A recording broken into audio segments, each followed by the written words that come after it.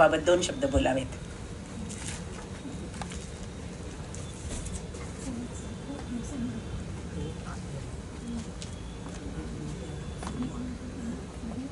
त्यांनी आता सांगितलं त्याप्रमाणे जेव्हा हा कार्यक्रम मुळात घोषित झाला तेव्हा जे अपेक्षित नव्हतं अशा प्रकारची एक घटना ही मधल्या काळात घडली.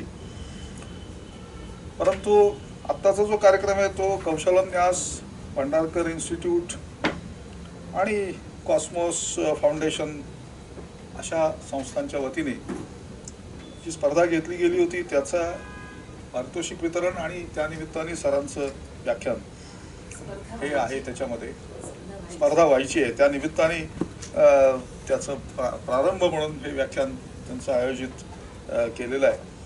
तेव्हा ह्या सगळ्या प्रसंगी मी आपल्या सगळ्यांचं स्वागत करतो. भांडारकर इन्स्टिट्यूटचा वस्तुतः चालू घडामोडींशी फारसा संपर्क तसा येत नाही खरं म्हणजे, परंतु तो यायला हवा आणि कदाचित त्यासाठी प्राचीन आणि मध्ययुगीन काळातून काही प्रेरणा आणि माहिती सुद्धा आपल्याला उपलब्ध व्हावी असाही एक त्याच्या मागचा हेतू आहे. दीक्षित सर हे राज्याचे पोलीस महासंचालक तर होतेच, त्यांचा परिचय करून दिला जाणारच आहे. परंतु सर्वात महत्त्वाची गोष्ट आपल्या संस्थेच्या दृष्टीने जी आहे ती म्हणजे त्यांचे वडील नाह दीक्षित हे संस्कृतचे एक अत्यंत महत्त्वाचे मोठे विद्वान आणि शिक्षक असे होते आणि अनेक आत्ताच्या नाणावलेल्या विद्वानांना त्यांनी मार्गदर्शनही केलेलं आहे. तर आणि त्याचबरोबर दीक्षित सरांचा आणि आपला परिचय सुद्धा जुना आहे. दीक्षित सर हे आपले आजीव सदस्य सुद्धा आहेत. तर त्यामुळे या प्रसंगी मी सरांचं आणि नंदकुमारजी काकीडे इथे बसलेले, बहुलकर सर आमचे इथे आहेत, आणखी अनेक मान्यवर इथे असलेले आहेत. त्या सर्वांचं मी भांडारकर इन्स्टिट्यूटच्या वतीने स्वागत करतो. धन्यवाद.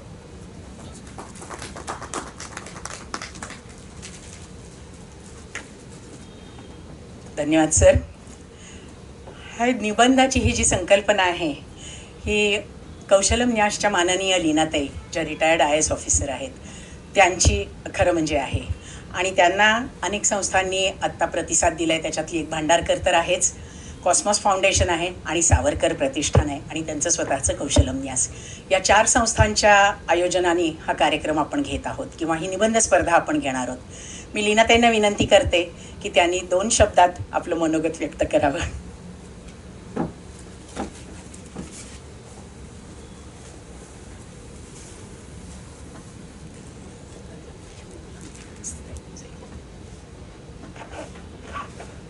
नमस्कार.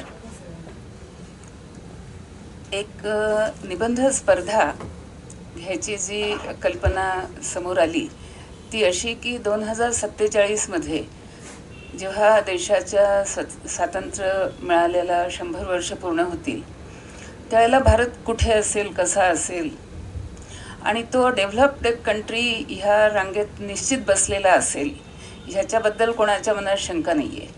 पण एक जो आपल्यासमोर एक भारत म्हटला की एक जी वेगळी संस्कृती, एक वेगळा आदर्श समाज, एक समर्थ भारत, एक मेधावी आणि तेजस्वी असा भारत, ही जी आपल्या डोळ्यासमोर एक संकल्पना येते किंवा ती जी आपली इच्छा असते, तळमळ असते, ती होईल का नाही आणि ती व्हावी ह्यासाठी बरेच लोक प्रयत्नशीलही आहेत, कित्येकांची इच्छाही आहे. पण ती होत असताना आपल्या समोर काही निकष असावेत ज्या योगे आपल्याला वेळोवेळी ह्याची पारख करता यावी की आपण खरोखरी त्या दिशेने चाललो आहोत का नाही. त्यामुळे निबंध स्पर्धेचा विषय हा आदर्श, समर्थ, तेजस्वी भारत कसा होईल अशी नसून तसा तो होत असल्याच्या खाणाखुणा काय असतील, त्याचे निकष काय असतील, त्याचे मापदंड काय असतील ह्याबद्दल तुमचं मत तुम्ही व्यक्त करावं अशी ह्या स्पर्धेच्या मागची कल्पना आहे. आणि ही आपण राष्ट्रीय पातळीवर घेत आहोत. ह्याच्यामध्ये सुरुवात आपण पुण्यापासून केलेली आहे अनाऊन्समेंटला किंवा लोकांचा सहभाग गोळा करायला. त्यामुळे भांडारकर संस्था, कॉस्मॉस फाउंडेशन आणि इतरही 1-2 पुण्यातल्या संस्था, राष्ट्रीय म्हणजे आपलं स्वातंत्र्यवीर सावरकर राष्ट्रीय स्मारक मुंबई, ही संस्था आणि काही मीडिया चॅनेल्स, यूट्यूब चॅनेल्स हे आपल्या सोबत जोडले जाणार आहेत. आणि निबंध मोठा लिहावा लोकांनी अशी अपेक्षा आहे. म्हणजे 3000 शब्दांचा निबंध. पण कॉलेज विद्यार्थी असतील तर त्यांना 2500 पर्यंत निबंध लिहून चालेल. आणि 12वीच्या खालच्या विद्यार्थ्यांनी 1200 शब्दांपर्यंत निबंध लिहावा अशी अपेक्षा आहे. त्या निबंधामध्ये तुम्ही वेगवेगळ्या मापदंडांची चर्चा करावी अशी अपेक्षा आहे. आणि पारितोषिकासाठी कॉस्मॉस फाउंडेशननी ऑलरेडी एक स्टँडर्ड सेट करून दिला की प्रथम पुरस्कार 10,000 रुपयाचा प्रत्येक श्रेणीत असा.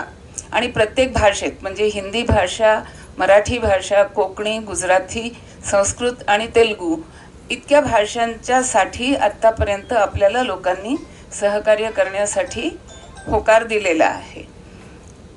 तर मुद्दा असा पण निघाला की खूप लोकांना असा प्रश्न पडला की मापदंडांच्या बद्दल आम्ही लिहायचं आहे हे खरं, पण हा विषय थोडा गंभीर, थोडा क्लिष्ट असा असल्यामुळे आम्हाला थोडंसं मार्गदर्शनपर काही ह्या निबंधांच्या लिहिण्याच्या दृष्टीने काही म्हणजे कोणी सांगू शकेल का. तेव्हा अशी कल्पना निघाली की एकेका तज्ज्ञ व्यक्तींनी जर एक मापदंडाच्या विषयी आपल्याला 10 ते 15 मिनिटामध्ये आपल्याला त्याचा उलगडा करून दाखवला, 20 मिनिटं कदाचित होतील, आणि जमलेल्या लोकांनी त्याच्यावर थोडीशी प्रश्नोत्तरं केली, थोडीशी चर्चा केली, आणि हा सगळा जो काही उपक्रम असेल हा जर आपण यूट्यूबच्या माध्यमातून, अन्य सोशल मीडियाच्या माध्यमातून जर का आपण प्रसारित केला तर बऱ्याच लोकांना ज्यांना निबंध लिहायचा आहे त्याच्यासाठी त्यांना विचारांना काहीतरी खाद्य हवं आहे, ते खाद्य मिळू शकेल. आणि अशा ह्या पद्धतीने जे काही छोट्या छोट्या गटचर्चा आयोजित करण्याचा जो एक विचार पुढे आला, त्यातलं सगळ्यात पहिलं आणि अतिशय शॉर्ट नोटीस देऊन, कारण आम्हाला हे लवकर सुरू करायचं होतं, आपली निबंध लिहिण्याची एक लास्ट डेट जरी 31 जुलै असली तरी तुम्ही तुमचा मी निबंध लिहिणार आहे हा संकल्प आम्हाला कळवण्यासाठी 31 मे ही शेवटची डेट आहे गुगल फॉर्म भरण्याची. तर त्याआधी आम्हाला हे लवकर सुरू करायचं होतं, जेणेकरून लोकांना काहीतरी आपल्याला विचारांना खाद्य मिळालं आहे, आता इथून पुढे आपली विचारसरणी सुरू होऊ शकते. ह्या दृष्टीने आम्ही दीक्षित ह्यांना रिक्वेस्ट केली आणि त्यांनी अगदी लगेच, म्हणजे मी गेल्या शुक्रवारी सांगितलं होतं आणि गुरुवार, एक आठवडा पण त्यांनी नाही घेतला. सो त्यांचं मनपूर्वक स्वागत आहे. आणि एका चांगल्या स्पर्धेच्या पैकी एका चांगल्या मापदंडाच्या विषयीच्या त्यांच्या लेक्चरनी आपल्या कार्यक्रमाची सुरुवात होती. सो तुमचं खूप खूप स्वागत आणि अभिनंदन आणि आभार पण. हां, तर माईक आता मी त्यांच्याकडे सोपवत आहे. धन्यवाद.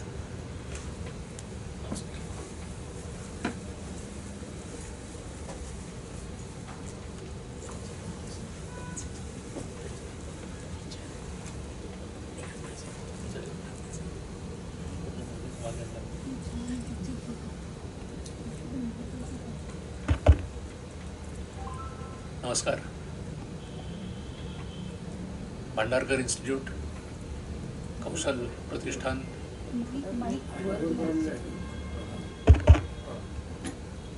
भांडारकर इन्स्टिट्यूट, कौशल प्रतिष्ठान, कॉस्मॉस आणि अन्य संस्था ज्यांनी या उपक्रमाला आज मला पाचारण केलेलं आहे, त्या सगळ्यांचे मी सुरुवातीलाच आभार मानतो. त्याचबरोबर आज भांडारकरचे विशेष आभार मानायला पाहिजेत की आपल्या सगळ्यांच्याकडे बाहेर जवळ मला सांगण्यात आलं की 42 डिग्री टेम्परेचर आहे, पण अशा वेळेलाही आपण सर्वांनी आपल्या कम्फर्ट झोन सोडून इथे यायचा निश्चय केला. आणि आल्यानंतर इथे थोडंसं जरा AC हॉल नसावा म्हणून हा हॉल जो आज आपल्याला खास उपलब्ध करून देण्यात आलेला आहे, त्यासाठी भांडारकरचे मी विशेष आभार मानतो. सुरुवातीलाच आपण श्रद्धांजली दिलेली आहेच, परंतु पुन्हा एकदा मी या भ्याड हल्ल्याचा अत्यंत कठोर शब्दांमध्ये निषेध करतो. आणि मला खात्री आहे की जे काही भारत सरकार याबद्दल पावलं उचलते त्याच्यामध्येच तेवढ्यापर्यंत न थांबता अजूनही पुढे काही काही पावलं उचलली जातील आणि याला एक अत्यंत योग्य अशा प्रकारचं उत्तर हे केवळ एकदाच नव्हे तर वारंवार दिलं जाईल आणि याच्यामुळे जे आज आपल्यातून गेलेले आहेत किंवा हिरावून गेलेले आहेत त्यांना खरी श्रद्धांजली आपण देऊ शकू.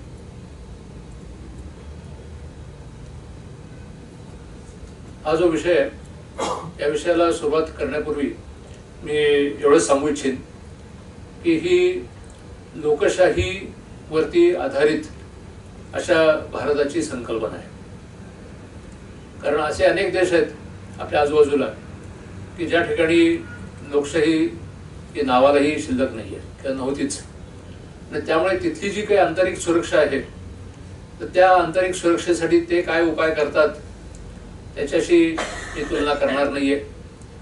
कारण आपल्याला जे अपेक्षित आहे विश्वगुरु म्हणून त्याच्यामध्ये भारत जसा लोकशाही देश आहे, लोकशाहीचा अर्थ लोकांचा सन्मान करणारा असा जो देश आहे, लोकांच्या मताचा सन्मान करणारा असा जो देश आहे, तर अशा प्रकारचे जे देश आहेत त्यांच्यासाठी म्हणून ही आपली चर्चा आहे. त्यामुळे हा पॅरामीटर जो आहे हा सगळ्यात पहिल्यांदा नीट लक्षात घेण्याची आवश्यकता आहे. आपल्या आजूबाजूला आपण बघतोय म्हणजे कदाचित पाकिस्तान असेल, कदाचित बांगलादेश असेल, अफगाणिस्तान असेल किंवा साऊथ एशियामधले अनेक देश असेल की ज्यांना फेल्ड स्टेट्स म्हणूनच म्हटलं जातं. ही जी फेल्ड स्टेट ही काही जी कॉन्सेप्ट आहे ती अशी आहे की ज्या ठिकाणी काहीच जसं घडायला पाहिजे तसं होत नाही, ज्या ठिकाणी लोकांची प्रगती होत नाही, त्या ठिकाणी आर्थिक प्रगती होत नाही, तिथले जे कोणी सत्तेत असतील असे जे लोक आहेत त्यांच्याबद्दल जेवढं कमी बोलावं तेवढं ठीक आहे. पण भारताच्या बाबतीमध्ये जर विचार करायचा झाला तर मी असं म्हणेन की सगळ्यात पहिला निकष हा लोकांना त्या भागाबद्दल काय वाटतं हा महत्वाचा आहे. दुसऱ्या कोणीतरी एखाद्या ऑडिटरने येऊन किंवा दुसऱ्या कोणीतरी सांगायचं की हे असं आहे ते तसं आहे म्हणून किंवा काहीतरी संख्याशास्त्राचा मदत घ्यायची आणि त्या इतक्या संख्या आहेत म्हणून मग ती मला असं वाटतं की योग्य गोष्ट नाही आहे.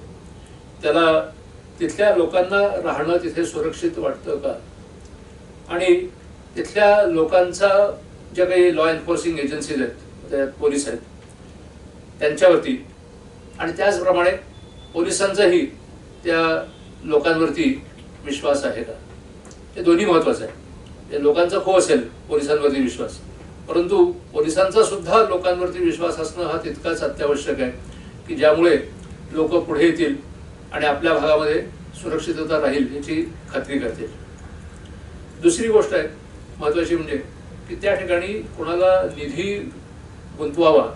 कारण शेवटी कसं आहे की निधी ज्या वेळेला आपण गुंतवतो त्यावेळेला निदान नुकसान तर नाहीच नाही पण निदान काहीतरी 1 पैसा 2 पैसे 4 पैसे त्यातनं फायदा आपल्याला झाला पाहिजे या कल्पनेतून माणूस त्या ठिकाणी निधी गुंतवतो आणि ते जेव्हा तो गुंतवतो तेव्हा त्याची सुरक्षितता आहे की नाही, आपलं मुद्दल तरी निदान सुरक्षित राहणार आहे का याचा पहिल्यांदा तो विचार करतो. त्यामुळे लोक तिथे इन्व्हेस्टमेंट्स करतात का करत नाहीत हा महत्वाचा क्रायटेरिया आहे. तिसरी गोष्ट अशी आहे की ज्या इन्शुरन्स कंपनीज आहेत आपल्यापैकी त्यातले बरेच तज्ज्ञ आहेत, त्यांना चांगली याच्याबद्दलची कल्पना आहे, पण जे काही विमा उद्योजक आहेत त्या विमा उद्योजकांच्या मते त्या भागातील ज्या काही जागांच्या किमती असतील त्यात अनेक कारणं आहेत, त्याच्यात त्यांचे क्रायटेरिया खूप असतात, पण त्याप्रमाणे त्या किमती वाढत आहेत का कमी होत आहेत. अगदी न्यूयॉर्कमधलं जरी बघायचं झालं तर तिथले असे अनेक भाग आहेत की ज्या ठिकाणी इन्शुरन्स कंपन्यांच्या मते किमती या एका वर्षानंतर दुसऱ्या वर्षाला तिसऱ्या वर्षाला कमी होत चाललेल्या आहेत आणि त्याची कारणं काय ती आपल्याला कल्पना आहे. दुसरी महत्वाची गोष्ट अशी आहे की तिथली जी काही लोक राहणारी आहेत, जनता आहे, ती तिथले जे काही कायदे आहेत, नियम आहेत, ते कायदे स्वतःहून किती त्यांचं पालन करतात. शेवटी असं आहे कायदा ही जरी लेजिस्लेचरनी बनवला आणि त्याच्यासाठी एन्फोर्सिंग एजन्सीज असल्या किंवा न्यायालय असली तरीही शेवटी जर लोकच तो कायदा पाळत नसतील तर तो कायदा असून नसल्यासारखाच आहे. आपल्याकडे असे अनेक कायदे होते, त्यातले बरेचसे कायदे आता रद्द करायचा प्रकार चाललेला आहे. परंतु आजही असे कायदे लोक आपणहून पाळतात का, हे महत्वाचं आहे. एखादी घटना घडल्यानंतर तरी सुद्धा कायदा आहे पण म्हणून घटना घडत नाही असं नाही. शेवटी माणसं आहेत आणि ती माणसं अशी आहेत की त्यांच्यामध्ये जरी आपण त्यांना वेगवेगळी नावं दिली, कदाचित त्यांना सुर म्हणू, असुर म्हणू, राक्षस म्हणू, दैत्य म्हणू, काही म्हणता येईल, परंतु त्याच्यामध्ये ज्या प्रवृत्ती आहेत त्या प्रवृत्ती ह्या कायम आहेत. त्या प्राचीन काळात होत्या, मध्यकाळात होत्या, नवीन काळातही आहेत, आजही आहेत आणि उद्याही राहणार आहेत. तेव्हा अशा घटना घडल्यानंतर त्या ठिकाणी जी काही लॉ एन्फोर्सिंग एजन्सीज आहेत, मग पोलीस असतील किंवा अन्य एजन्सीज असतील, ह्या त्या ठिकाणी पोचून किती वेळामध्ये योग्य ती कायदेशीर कारवाई सुरू करतात, हा एक महत्त्वाचा घटक आहे. आणि शेवटी कसं आहे की जरी लॉ एन्फोर्सिंग एजन्सी असली तरी आपण काही प्रत्येक माणसाच्या पाठीमागे पोलीस नेऊ शकत नाही. आज आपल्या समोर घटना घडतीये, पहलगाममध्ये घटना घडतीये, आणखीन कुठे काही घटना, रस्त्यावरती घटना घडतीये, त्यावेळेला जे तिथे उभे असणारे लोक आहेत हे त्या गोष्टीचा व्हिडिओ काढण्यामध्ये स्वतःला धन्य मानतात का त्या ठिकाणी इंटरव्ह्यून करतात आणि जो कोणी काही अयोग्य किंवा बेकायदेशीर घटना करत असेल त्याला रोखण्यासाठी प्रयत्न करतात. ह्याला सोशल रेग्युलेशन म्हणून आपण म्हणूया. त्याच्यात अगदी तुमचा डोमेस्टिक व्हायलन्स पासून सुरुवात आहे. माझ्या शेजारच्या घरामध्ये जर काही डोमेस्टिक व्हायलन्स चाललेलं असेल तर मी फक्त त्याच्याकडे एक एंटरटेनमेंट म्हणून पाहायचं का, त्याच्याकडे एक उदासीन म्हणून पाहायचं का, हे माझे काही कर्तव्य आहे की त्या शेजारच्या मुलाला किंवा महिलेला किंवा जे काही असेल त्याला काही जो काही अन्याय होतोय, अत्याचार होतोय, तर त्या अत्याचाराबद्दल माझी पण जबाबदारी आहे आणि तो अत्याचार होणार नाही यासाठी मी किती पुढे येतो, मी किती त्याच्यासाठी कारवाई करायला तयार आहे. समजा मला अगदी न्यायालयात जावं लागलं किंवा पोलीस स्टेशनला जायला लागलं तरी देखील माझी तयारी आहे का, हा एक महत्त्वाचा मुद्दा आहे. पूर्वी आपल्यापैकी अनेकांनी अनुभवलेला आहे. पुण्यामध्ये सुद्धा ज्याला आपण वाडा संस्कृती म्हणायचो, ती वाडा संस्कृती म्हणजे बाकी सगळं चांगलं असेल परंतु त्याच्यात मुख्य म्हणजे हा सोशल रेग्युलेशनचा मुद्दा फार मोठा होता. त्याच्यामध्ये हिंमतच नव्हती कोणाचीही काही गैर वागायची. कोणी जर गैर वागत असेल तर वाड्यातला तो कोणीही असो, तो कोणी त्याचा आई नसायचा, वडील नसायचा, काका नसायचा, मामा नसायचा, कोणी नसायचा तो, पण वाड्यातला जर असेल किंवा अगदी वाडा म्हणजे त्या फक्त वाड्यापर्यंतच मर्यादित नव्हतं, तिथले जे आजूबाजूचे सगळे लोक होते ते लोक इंटरव्ह्यू करत होते आणि सांगत होते की बाळ हे योग्य करत नाहीयेस. आणि ते सांगितल्यानंतर त्या माणसाच्या वरती किंवा मुलावरती सुद्धा परिणाम होत होता. तर हा जो मुद्दा आहे त्याला सोशल रेग्युलेशन म्हणतात. हे सोशल रेग्युलेशन जे आता जसजसं आपण ज्याला आपण प्रगती म्हणतो, तर भारत 2047 पर्यंत नक्कीच डेव्हलप्ड स्टेट होणार आहे. परंतु त्याचबरोबर हे जे काही बॉन्डिंग होतं, जे एकमेकांच्या बद्दल ज्याला आपण तळमळ म्हणतो किंवा कळकळ म्हणतो किंवा ह्या ठिकाणी एखादी गोष्ट जर गैर होत असेल तर ती होणार नाही, ह्यासाठी आपणही प्रयत्न करायचे आहेत. हे कितपत राहणार आहे का ते डिसइंटिग्रेट होऊन कमी कमी होत जाणार आहे. आता बापट सरांनी सांगितलं की भांडारकरचा आणखीन तसा नवीन गोष्टींचा काही फारसा संबंध नसतो म्हणून. मला वाटतं असं नाही आहे, त्याचा खूप जवळचा संबंध आहे. कारण आपण फार त्या मानाने मी म्हणेन की सुदैवी आहोत की आपल्याकडलं जे प्राचीन ज्ञान आहे ते इतकं प्रचंड आहे. दुर्दैवाने आपण ते पाहत नाही आहोत. पण मी भांडारकरमधल्या सर्व तज्ञांना पुन्हा मनपूर्वक विनंती करीन की त्यांनी आपलं हे जे ज्ञान आहे हे पुन्हा नवीन लोकांच्या पुढे आणायला पाहिजे. त्याच्यासाठी मी एक छोटासा प्रयत्न केलाय, तो जरा फक्त आपल्याला नजरेला आणतो. फारसं मी चर्चा करत नाही.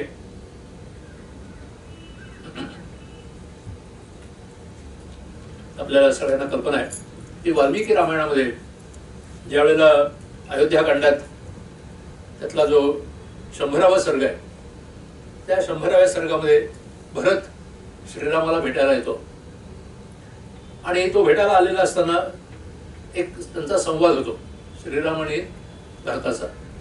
तर त्या संवादामध्ये क्षेमकुशल विचारण्याच्या निमित्ताने श्रीराम त्याला अनेक प्रश्न विचारतात. मी त्या सगळ्या प्रश्नांमध्ये जात नाही, त्या सगळ्याच्यात जात नाही कारण वेळ थोडा आहे.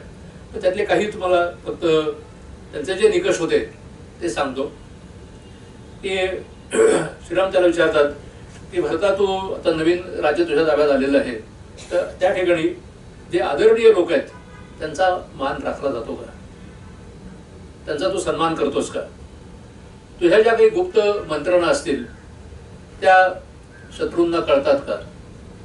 सध्या पेपरमध्ये आपण रोज वाचतोच आहोत की एसेत म्हणून जे डिफेन्स सेक्रेटरी आहेत अमेरिकेचे, त्यांनी येमेनवरती हल्ला करायचा जो काही त्यांचा प्लॅन होता तो एक सिग्नल म्हणून त्यांचं ॲप आहे, जसं आपलं व्हॉट्सॲप वगैरे असतं तसं सिग्नल म्हणून एक ॲप आहे. तर त्या सिग्नल ॲपवरती त्या सगळ्या डिटेल्स त्या ठेवलेल्या होत्या.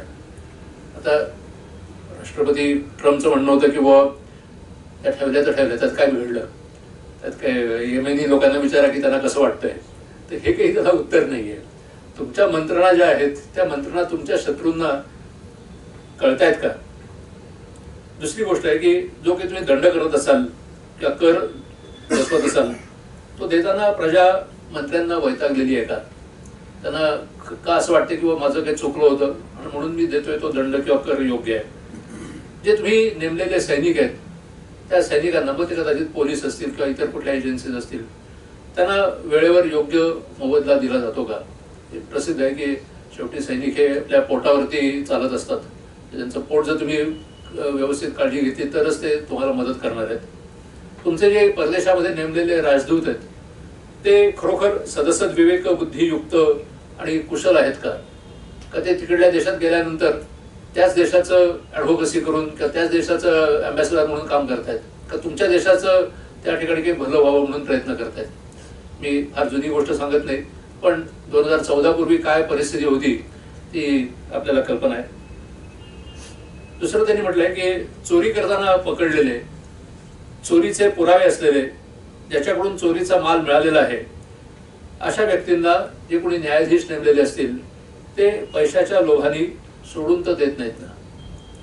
सध्या चर्चा भरपूर चाललेली आहे, मी नाव घेत नाही, पण जस्टिस साहेबांच्या घरातून सुप्रीम कोर्टाच्या हायकोर्टाच्या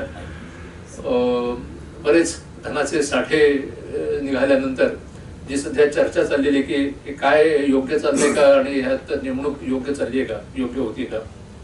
जे न्याय मागायला आलेले गरीब असतील त्यांना पैशाचा विचार न करता न्याय दिला जातो का. निरपराध व्यक्ती असतील त्यांना खोटेपणाने दंड दिला जात नाही ना. जे कोणीतरी दडपण आणलेलं आहे आणि त्या दडपणाखाली एखादा निरपराध व्यक्ती असला तरी देखील त्यालाच तूच त्याला कन्व्हिक्ट करतायत वगैरे. घटना आलेल्या पेपरमध्ये वाचत राहतो की इतके वर्ष तो तुरुंगात राहिला, तितके वर्ष तुरुंगात राहिला, पण त्याच्यावरती पुरावा नव्हता.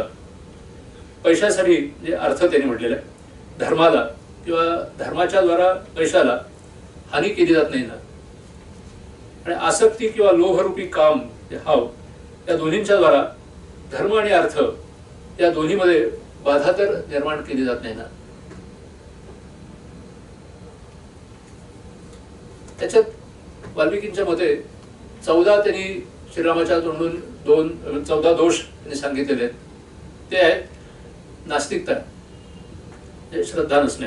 तुमची कशात धर्म म्हणा, घटना म्हणा, जी काय आपण म्हणू त्याला, त्याच्यावरती तुमची श्रद्धा खरोखर आहे का नाही.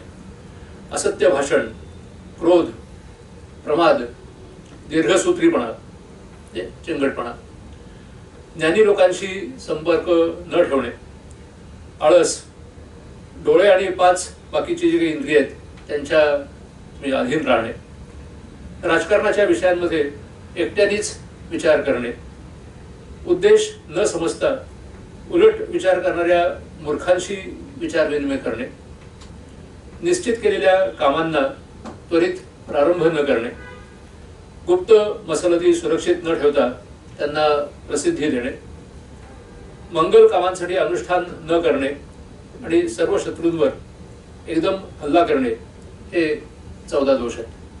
माझी विनंती राहील की भांडारकरनी असे अनेक आपल्याकडे उत्तम उपलब्ध आहेत. रामायण आहे, भागवत आहे, महाभारत आहे, अनेक ग्रंथ आहेत. तर त्यांचाही अभ्यास करून त्यातले हे जे काही आंतरिक सुरक्षेचे असे काही निकष त्यांनी सांगितलेले ते पुन्हा एकदा लोकांच्या समोर आणावेत. मी सध्याच्या परिस्थितीकडे परत येतो.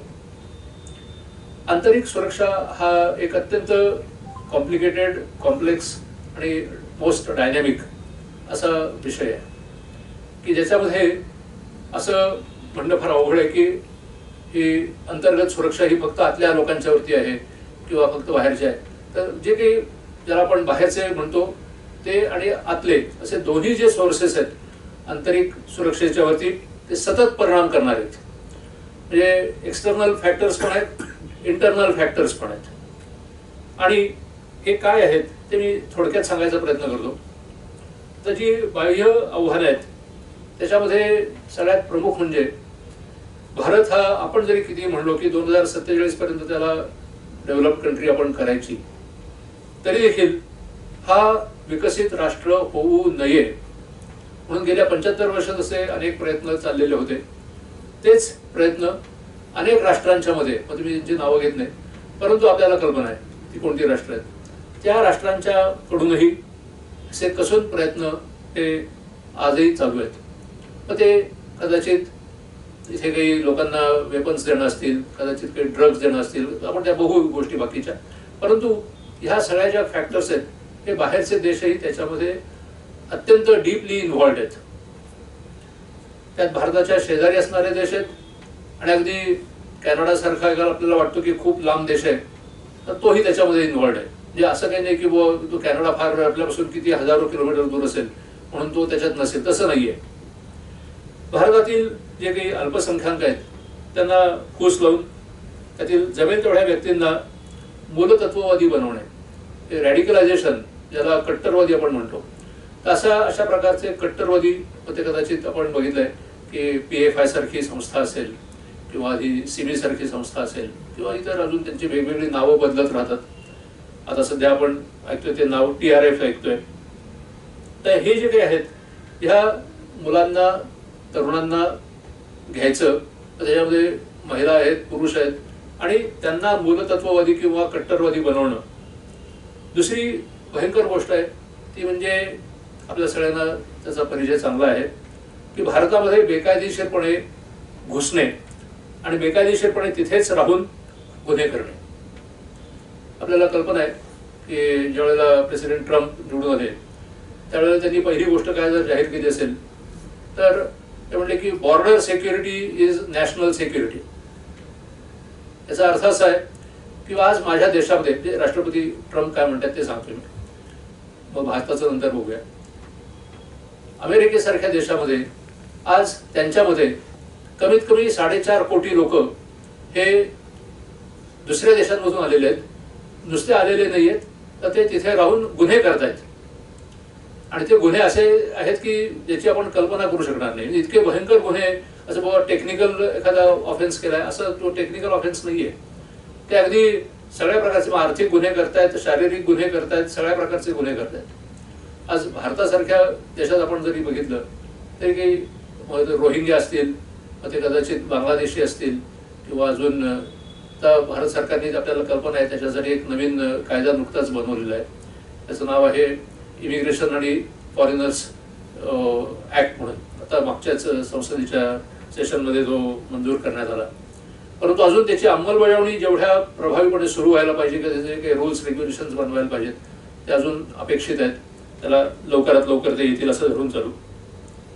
त्याच्या पुढची महत्वाची गोष्ट आहे म्हणून ती म्हणजे जेव्हा आपण म्हणतो लोकशाही, तेव्हा त्याचा अर्थ की आम्हाला ज्यांना निवडून द्यायचंय त्यांना आम्हाला निवडून दिलं जातं का? त्याच्यामध्ये काही मध्येच अडथळे आणले जातात, काही अडचण निर्माण केली जातात आणि आम्हाला ज्यांना निवडून द्यायचं त्यांना निवडूनच दिलं जात नाही, की आम्हाला मतदान सुद्धा केलं जाऊ शकत नाही. आपल्या इथेच काही उदाहरणं आहेत. सुद्धा आपण बघितलं बंगालमध्ये, पश्चिम बंगालमध्ये, की निवडणुकीच्या वेळेला तुम्ही जर मतदान करायला येत्या म्हणल्यानंतरच तुम्हाला तिथे जाळपोळ करतील, तुमच्यावरती हल्ले करतील, ठार मारतील, खूप काय म्हणजे काय काय केलं ते आपण बघितलेलं आहे. आणि जे कोणी निवडून आलेले जे समजा प्रतिनिधी असतील त्यांना काम करू दिलं जातं का? हाही अत्यंत महत्वाचा मुद्दा आहे. दुसरी महत्वाची गोष्ट म्हणजे जे कोणी असे लोकशाही किंवा लोकांनी निवडून दिलेले लोक असतील तर त्यांच्या मध्ये जी काही घटना एक बनवलेली आहे, तर ती जी घटना आहे, तर आपल्याकडे भारताची घटना आहे तर त्या भारताच्या घटनेविरुद्ध सतत वातावरण निर्माण करणं, आणि त्याचं थोडक्यात नाव द्यायचं झालं तर त्याला आपण जे अर्बन नक्सल्स म्हणतो, तो अर्बन नक्सल्स हा प्रकार तो प्रकार आहे की जो ही घटनाच मानत नाहीत. त्यांचं म्हणणंच आहे की भारतामध्ये शहरी नक्षलवादाचा प्रभाव वाढवायचा, आणि त्यांचं उद्दिष्ट काय, तर भारताचा जो काही विकास तुम्ही म्हणताय आम्हाला करायचा आहे, तर त्या विकास कामांमध्ये खीळ घालायची.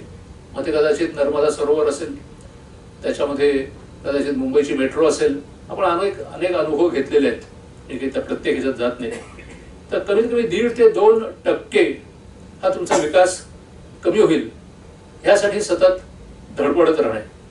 मग त्याला इन्स्ट्रुमेंट्स किंवा काय म्हणून त्याची, तर त्यात विविध धर्म, कदाचित तुम्ही अल्पसंख्याक आहात, तुम्ही मेजॉरिटी आहात, तुम्ही अमुक आहात, किंवा प्रांत, हा प्रांत विरुद्ध तो प्रांत, मग ते कदाचित कावेरीचं पाणी असेल, कदाचित भाषा असेल की अमुक भाषा नको तमुक भाषा पाहिजे, जाती, अनुसूचित जाती विरुद्ध अन्य जाती, हे काही कमी पडलं की मग महिला विरुद्ध पुरुष, असं वेगवेगळ्या त्यांचे घटक पाडून त्यांच्यामध्ये ज्या काही त्यांना वाटणाऱ्या असुविधा असतील त्या असुविधांसाठी प्रक्षोभ निर्माण करायचा. असुविधा आहेत राहतील तर प्रत्येकाला ज्या अगदी मनात त्याच्या किंवा स्वप्नात असतील अशा सगळ्या सुविधा प्रत्येकाला मिळतीलच असं काही भरोसा नाही किंवा खात्री नाही. पण ज्या काही असुविधा असतील त्यांच्याबद्दल प्रक्षोभ निर्माण करायचा आणि लोकांनी निवडून दिलेल्या सरकार विरुद्ध अविश्वासाचं वातावरण निर्माण करायचं. आणि तुमची जी काही सरकारी इन्स्टिट्यूशन असेल, मग ते अगदी साधी गोष्ट घेतली, तुमचं पोस्ट ऑफिस असेल, तुमचं बँक असेल, तुमचं शाळेचं शिक्षण असेल, या प्रत्येकाबद्दलच मुळी एक असंतोष निर्माण करायचा की हे सगळं टाकाऊ आहे, हे सगळं काही त्याचा उपयोग नाहीये, त्याच्यामुळे बेरोजगारी वाढते, त्याच्यामुळे गरिबी वाढते, काय काही शब्द आपण सांगत राहायचं. आणि लोकांचा सरकारच्या सर्व योजनांवरचा, सर्व संस्थांवरचा विश्वास उडवून टाकायचा. आणि मग त्याच्यासाठी स्ट्रॅटेजी म्हणून त्यांचं न्यायालयांमध्ये उपयोग करायचा. न्यायालयाची जे काही प्रोसिजर्स असतील त्याच्यामध्ये वेगवेगळे अर्ज खटले दाखल करून सरकारला जेरीस आणायचं. सरकारने कितीही लोकसभेमध्ये वक्फ कायदा मंजूर करावा, पण नाही, आम्ही न्यायालयात जाऊ, त्याच्यामध्ये 100 लोक अर्ज करतील, त्याच्यामध्ये दिरंगाई करतील, त्याच्यामध्ये निकाल होणार नाही आणि कायद्याची अंमलबजावणी करू द्यायची नाही. किंवा ज्या काही ज्याला आपण स्वयंसेवी संस्था म्हणतो किंवा NGOज म्हणतो, NGOचं उद्दिष्ट फार लावडेबल किंवा फार अगदी आदर्श वाटेल अशा प्रकारचं ते उद्दिष्ट सांगितलेलं असतं. परंतु प्रत्यक्षामध्ये त्या संस्था काय करतात ते पूर्णपणे वेगळं काहीतरी करत असतात. आणि त्याच्यासाठी प्रचंड म्हणजे आपण कल्पनाच करू शकणार नाही इतका महाप्रचंड असा निधी त्या जगभरातून मिळवत असतात. तो कदाचित काही वेस्टर्न कंट्रीजकडनं असेल, कदाचित काही गल्फ कंट्रीजकडनं असेल, कदाचित अजून काही देशांकडनं असेल. आणि वंचित असे जे काही लोक आहेत त्या वंचित लोकांच्या विकासाच्या नावाखाली लोकांना खोटी आमिषं दाखवणे, तुम्हाला उच्च शिक्षण देतो असं सांगून वेगवेगळी स्कॉलरशिप्स वगैरे जाहीर करायच्या, त्यात भारतातल्याच लोकांची भारतातल्या विरुद्ध डोकी त्याच्यामध्ये भडकवायची.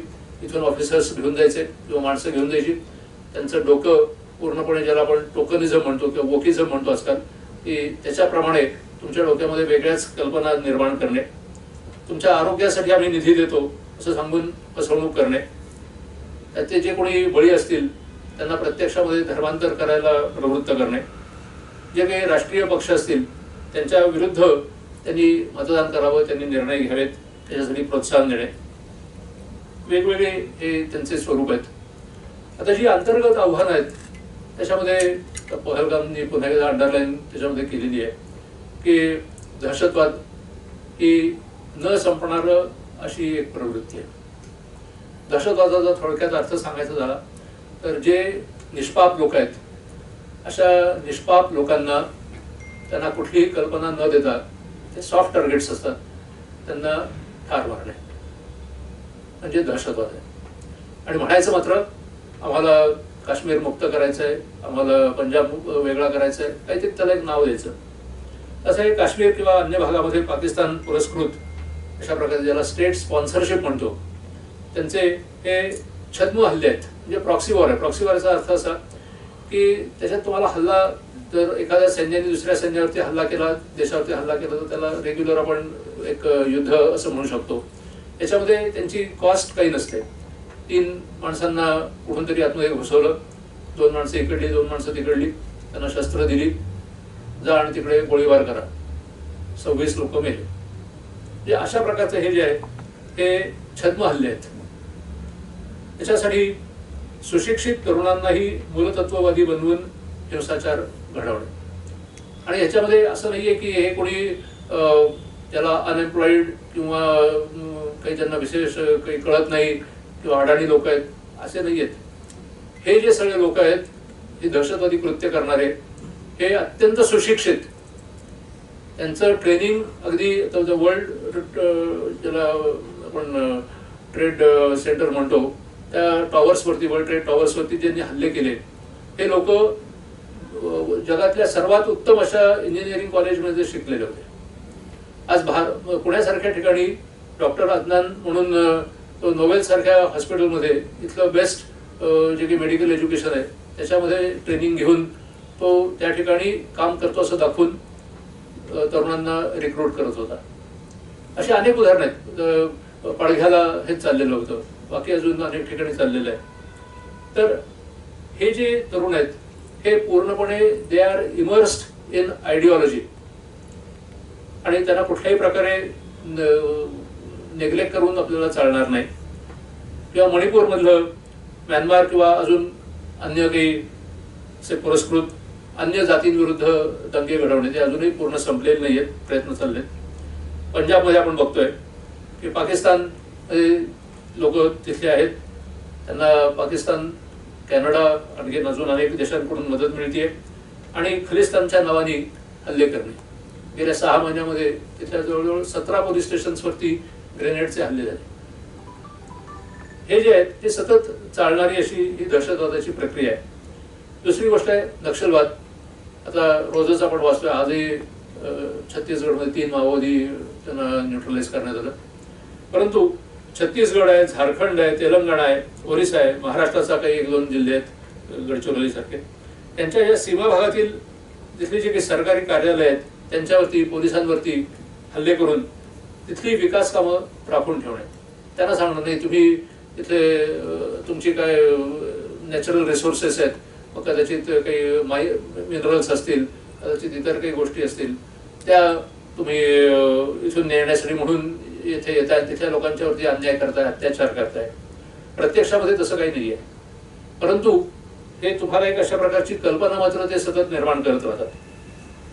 दुसरी भयंकर गोष्ट आहे, आपण सगळे त्याच्याबद्दल सुपरिचित आहात, की अंमली पदार्थांचा गैरवापर. नुकतंच त्याची जी काही आकडेवारी जाहीर झाली होती मागच्या एका वर्षामध्ये 80,000 कोटी पेक्षा अधिक रक्कम असणारे असे ड्रग्स भारतात घुसवलेले ते डिस्ट्रॉय करण्यात आले. अगदी मागच्याच आठवड्यातली गोष्ट आहे, पाकिस्तानकडनं येणारं एक ज्याला धो म्हणतात, धो म्हणजे एक छोटासा असा तराफा म्हणता येईल, अशा तराफ्यावरनं 2.5 टन हे कोकेन जप्त करण्यात आलं. ते ज्याची आपण अगदी 1 मिलीग्रॅमची जरी त्याची म्हटलं तरी त्याची किंमत आज बाजारामध्ये 10,000च्या पुढे असते. त्या ठिकाणी 2.5 टन कोकेन हे असं बाहेरून आणणं चाललेलं होतं. आणि हे नुसतं समुद्रमार्गेच आहे असं नाही, ते जमिनी मार्गे येत आहे, समुद्र मार्गे येत आहे, हवाई मार्गे येत आहे, ड्रोनच्या सहाय्याने येत आहे.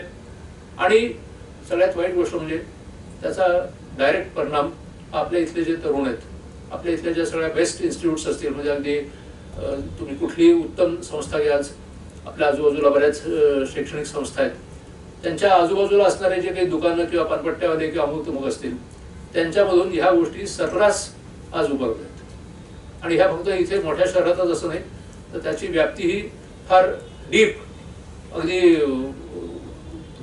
लहान मोठ्या शहरांमध्ये सुद्धा ही पोचलेली आहे. त्याच पैशाने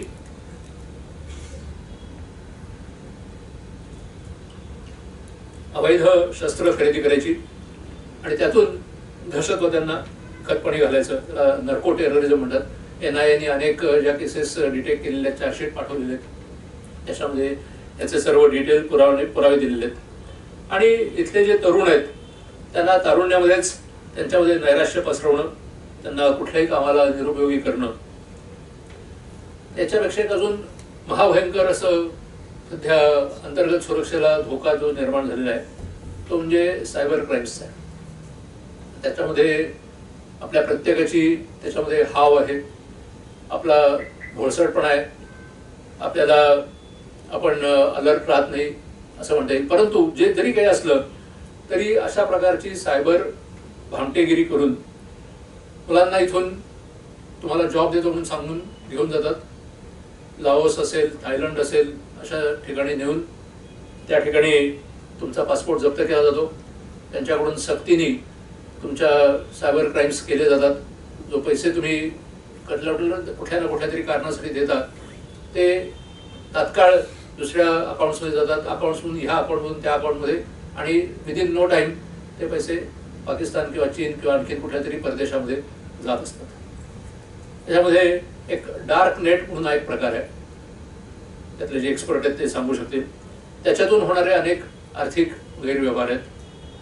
बिटकॉइन्स सध्या तरुणाईला या बिटकॉइन्सनी पूर्णपणे व्याप्त केलेलं आहे आणि लोक प्रचंड पैसे, जे आपण कल्पनाच करू शकणार नाही असं प्रचंड पैसे या बिटकॉइन्समध्ये घालत आहेत आणि ते फसत आहेत. किंवा ज्या वेगवेगळ्या प्रकारच्या पॉन्झी स्कीम्स असतात, म्हणजे तुम्हाला आज काय तुम्ही एवढे पैसे गुंतवा, मग तुमच्या अजून शेजाऱ्यांना सांगा, आणखीन कोणाला सांगा, तुम्हाला फ्रीज देऊ, तुम्हाला TV देऊ, तुम्हाला अमुक देऊ, आणि त्या गोष्टींना बळी पडणारे असे लाखो लोक आहेत. आज आपण वाचतोच की सहारा म्हणून जी एक संस्था होती अशा प्रकारे, त्याचे जवळजवळ 1600 कोटीपेक्षा जास्ती रक्कम ही EDने जप्त केलेली आहे. पण न संपणारी गोष्ट आहे पोर्नोग्राफी आणि त्यात विशेषतः लहान मुलांचा अत्यंत गैरवापर करणं आणि अनेक गोष्टी त्याच्यातून सतत चालू असतात. महिलांच्या विरुद्ध गुन्हे करणे, त्याच्यामध्ये सगळ्या प्रकारचे गुन्हे महिलांच्या विरुद्ध होतात. आपल्याला चांगली कल्पना मी त्याच्यात जास्ती सांगत नाही. डिजिटल अरेस्ट्स, त्या रोमेनियामधून सुरू झालेली ही कल्पना, त्या रोमेनियामध्ये लोक युरोपमधल्या लोकांना फसवण्यासाठी म्हणून सांगायचे की नाही आत्ताच्या आत्ता तुम्ही पैसे भरलेच पाहिजेत, केलं तसं पाहिजे. आणि ती कल्पना आता भारतामध्ये गेल्या आपण बघतोय जवळ वर्षभरामध्ये इतकी प्रचंड प्रमाणामध्ये आलेली आहे की आज एकेका माणसाचे कोट्यावधी रुपये नुसत्या घरात बसल्या बसल्या ह्या डिजिटल अरेस्टमधून तो घालवतोय. इतकं भयंकर हा सायबर क्राईम्सचा प्रकार आहे. भारत विकसित होतोय, आनंदाची गोष्ट आहे, होणार आहे. त्याचबरोबर आपल्याकडे विकासाचा अर्थ माझ्याकडे किती मोठी गाडी आहे, माझ्याकडे किती गाड्या आहेत आणि त्या गाड्या मी कशा बेफामपणे चालवतो, रात्री अपरात्री काय त्याच्यात करतो, दारू पिऊन गाडी चालवतो, हे सगळे जे प्रकार आहेत. त्यामुळे आज असं म्हणतात भारतामध्ये दर 3 मिनिटाला भारतामध्ये एक व्यक्ती मरते. 5 लाख कमीत कमी लोक, हे नितीन गडकरी मंत्री आहेत ट्रान्सपोर्टेशनचे, त्यांनी सांगितलेली फिगर आहे. 5 लाख लोक भारतामध्ये दरवर्षी केवळ वाहतूक अपघातांमध्ये मरतात. आणि हे जे मरतात त्याच्यामधले 34% लोक, म्हणजे 60% लोक हे 34 वर्षाच्या पेक्षा कमी असलेले असे लोक आहेत. ते आपलं नॅशनल, ज्याला आपण GDP म्हणतो, ते आपलं किती नुकसान आपण करतोय आणि होत आहे ते याच्यातून तुम्हाला कल्पना येईल की ज्यांचं आर्थिकदृष्ट्या बघितलं तर मोस्ट पोटेन्शियल असे असलेल्या अशा वयामध्ये ते लोक मरत आहेत. आणि दुर्दैवाने जे मरत नाहीत असे जवळ 10 लाख लोक, जास्तीच लोक हे जायबंदी होत आहेत. आणि त्यांचा कोणाचा हात मोडला, कोणाचा पाय मोडला, कोणाला अनेक काही त्याच्यामुळे वेदना सहन कराव्या लागतात. कारणं स्पष्ट आहेत. किती तुम्ही रस्ते चांगले करा, आम्ही विरुद्ध दिशेनेच वाहन चालवणार. गाड्यांमध्ये गाड्याची कॅपॅसिटी तुम्हाला देताना सांगितलं असेल 3 लोक बसा, 4 लोक बसा. त्याच्यामध्ये एका टॅक्सीमध्ये 22 लोक, तर ते एक 6 सीटर म्हणून पुण्यात चालते. त्या नाव तिचं 6 सीटर आहे फक्त, प्रत्यक्षात त्याच्यामध्ये कधी 15 ते 18 लोकांच्या पेक्षा कमी लोक नसतात. कुठलाही सिग्नल असो तो आपल्यासाठी नाहीये, तो बाकीच्या लोकांनी पाळावा, माझ्यासाठी तो नियम नाहीच आहे. त्यामुळे तो सिग्नल कधीच जुमानायचा नाही, गाडी चालूच ठेवायची. आता काय होणार ते दिसतंच त्याचं पुढे. अजून एक महाप्रचंड संकट सगळ्यांच्यावरती सध्या आलेलं आहे, आणि ते म्हणजे आपल्या मोबाईलच्या स्वरूपामध्ये निर्माण झालेलं हे त्याला सोशल प्लॅटफॉर्म्स किंवा सामाजिक मंच आपण म्हणतो. त्या सामाजिक मंचांच्या मध्ये खोट्या नावानी प्रचंड अशा प्रकारची खाती उघडायची आणि समाजामध्ये सतत, त्याला हेट स्पीचेस म्हणतात, अशा प्रकारची सतत एकमेकांबद्दल विद्वेष पसरवत राहायचं. त्याला काय खरं आहे खोटं आहे काय बघायचंच नाही. म्हणजे आपण आला मेसेज की कमीत कमी 50 लोकांना रोज पाठवणं हे आपलं जसं काही आद्य कर्तव्य आहे. सकाळी 5 वाजता माझ्याकडे मेसेजेसला सुरुवात होते, ती रात्री 4 वाजता संपते. म्हणजे 24 तास चालूच असतं ते. आणि हे असेच सगळे मेसेजेस विशिष्ट जमातीच्या लोकांना अल्प वेळेमध्ये हिंसेला पाचारण करायचं. जे नागपूरला झालं, जे दिल्लीला झालं, जे संभलला झालं, जे बंगलोरला झालं, कुठेही, म्हणजे नाव फक्त बदलायचं पण प्रकार तोच आहे, पॅटर्न तोच आहे. त्याच्यामध्ये खोटे मजकूर, पूर्णपणे खोटे असे व्हिडिओज की ज्याच्यामुळे लोक नक्की हिंसक बनतील. त्या सामाजिक मंचांचा गैरवापर करून अंमली पदार्थांची विक्री करणे, तरुणांना धार्मिक कट्टरवादी बनवणे, महिलांना ज्याला आपण लव जिहाद वगैरे म्हणतो तशा प्रकारचे धर्म बदलायला लावणे, हे सगळे प्रकार ह्या सोशल प्लॅटफॉर्म्सचा गैरवापर करून फार प्रचंड प्रमाणामध्ये आपल्या आजूबाजूला आज चाललेले आहेत. आता याच्यावरती तुम्ही म्हणाल की हे सगळं आम्हाला माहितीच आहे, तर तुम्ही ह्याच्यात काय नवीन काय सांगितलं, आम्ही हे रोजच अनुभव करतोय. तर मी माझा एक प्रयत्न केलाय, ते आपल्या पुढे उपाय मांडतो आणि मी थांबतो. एक असं आहे की सकारात्मकता वाढवणं आणि शिस्तप्रिय समाज घडवणं.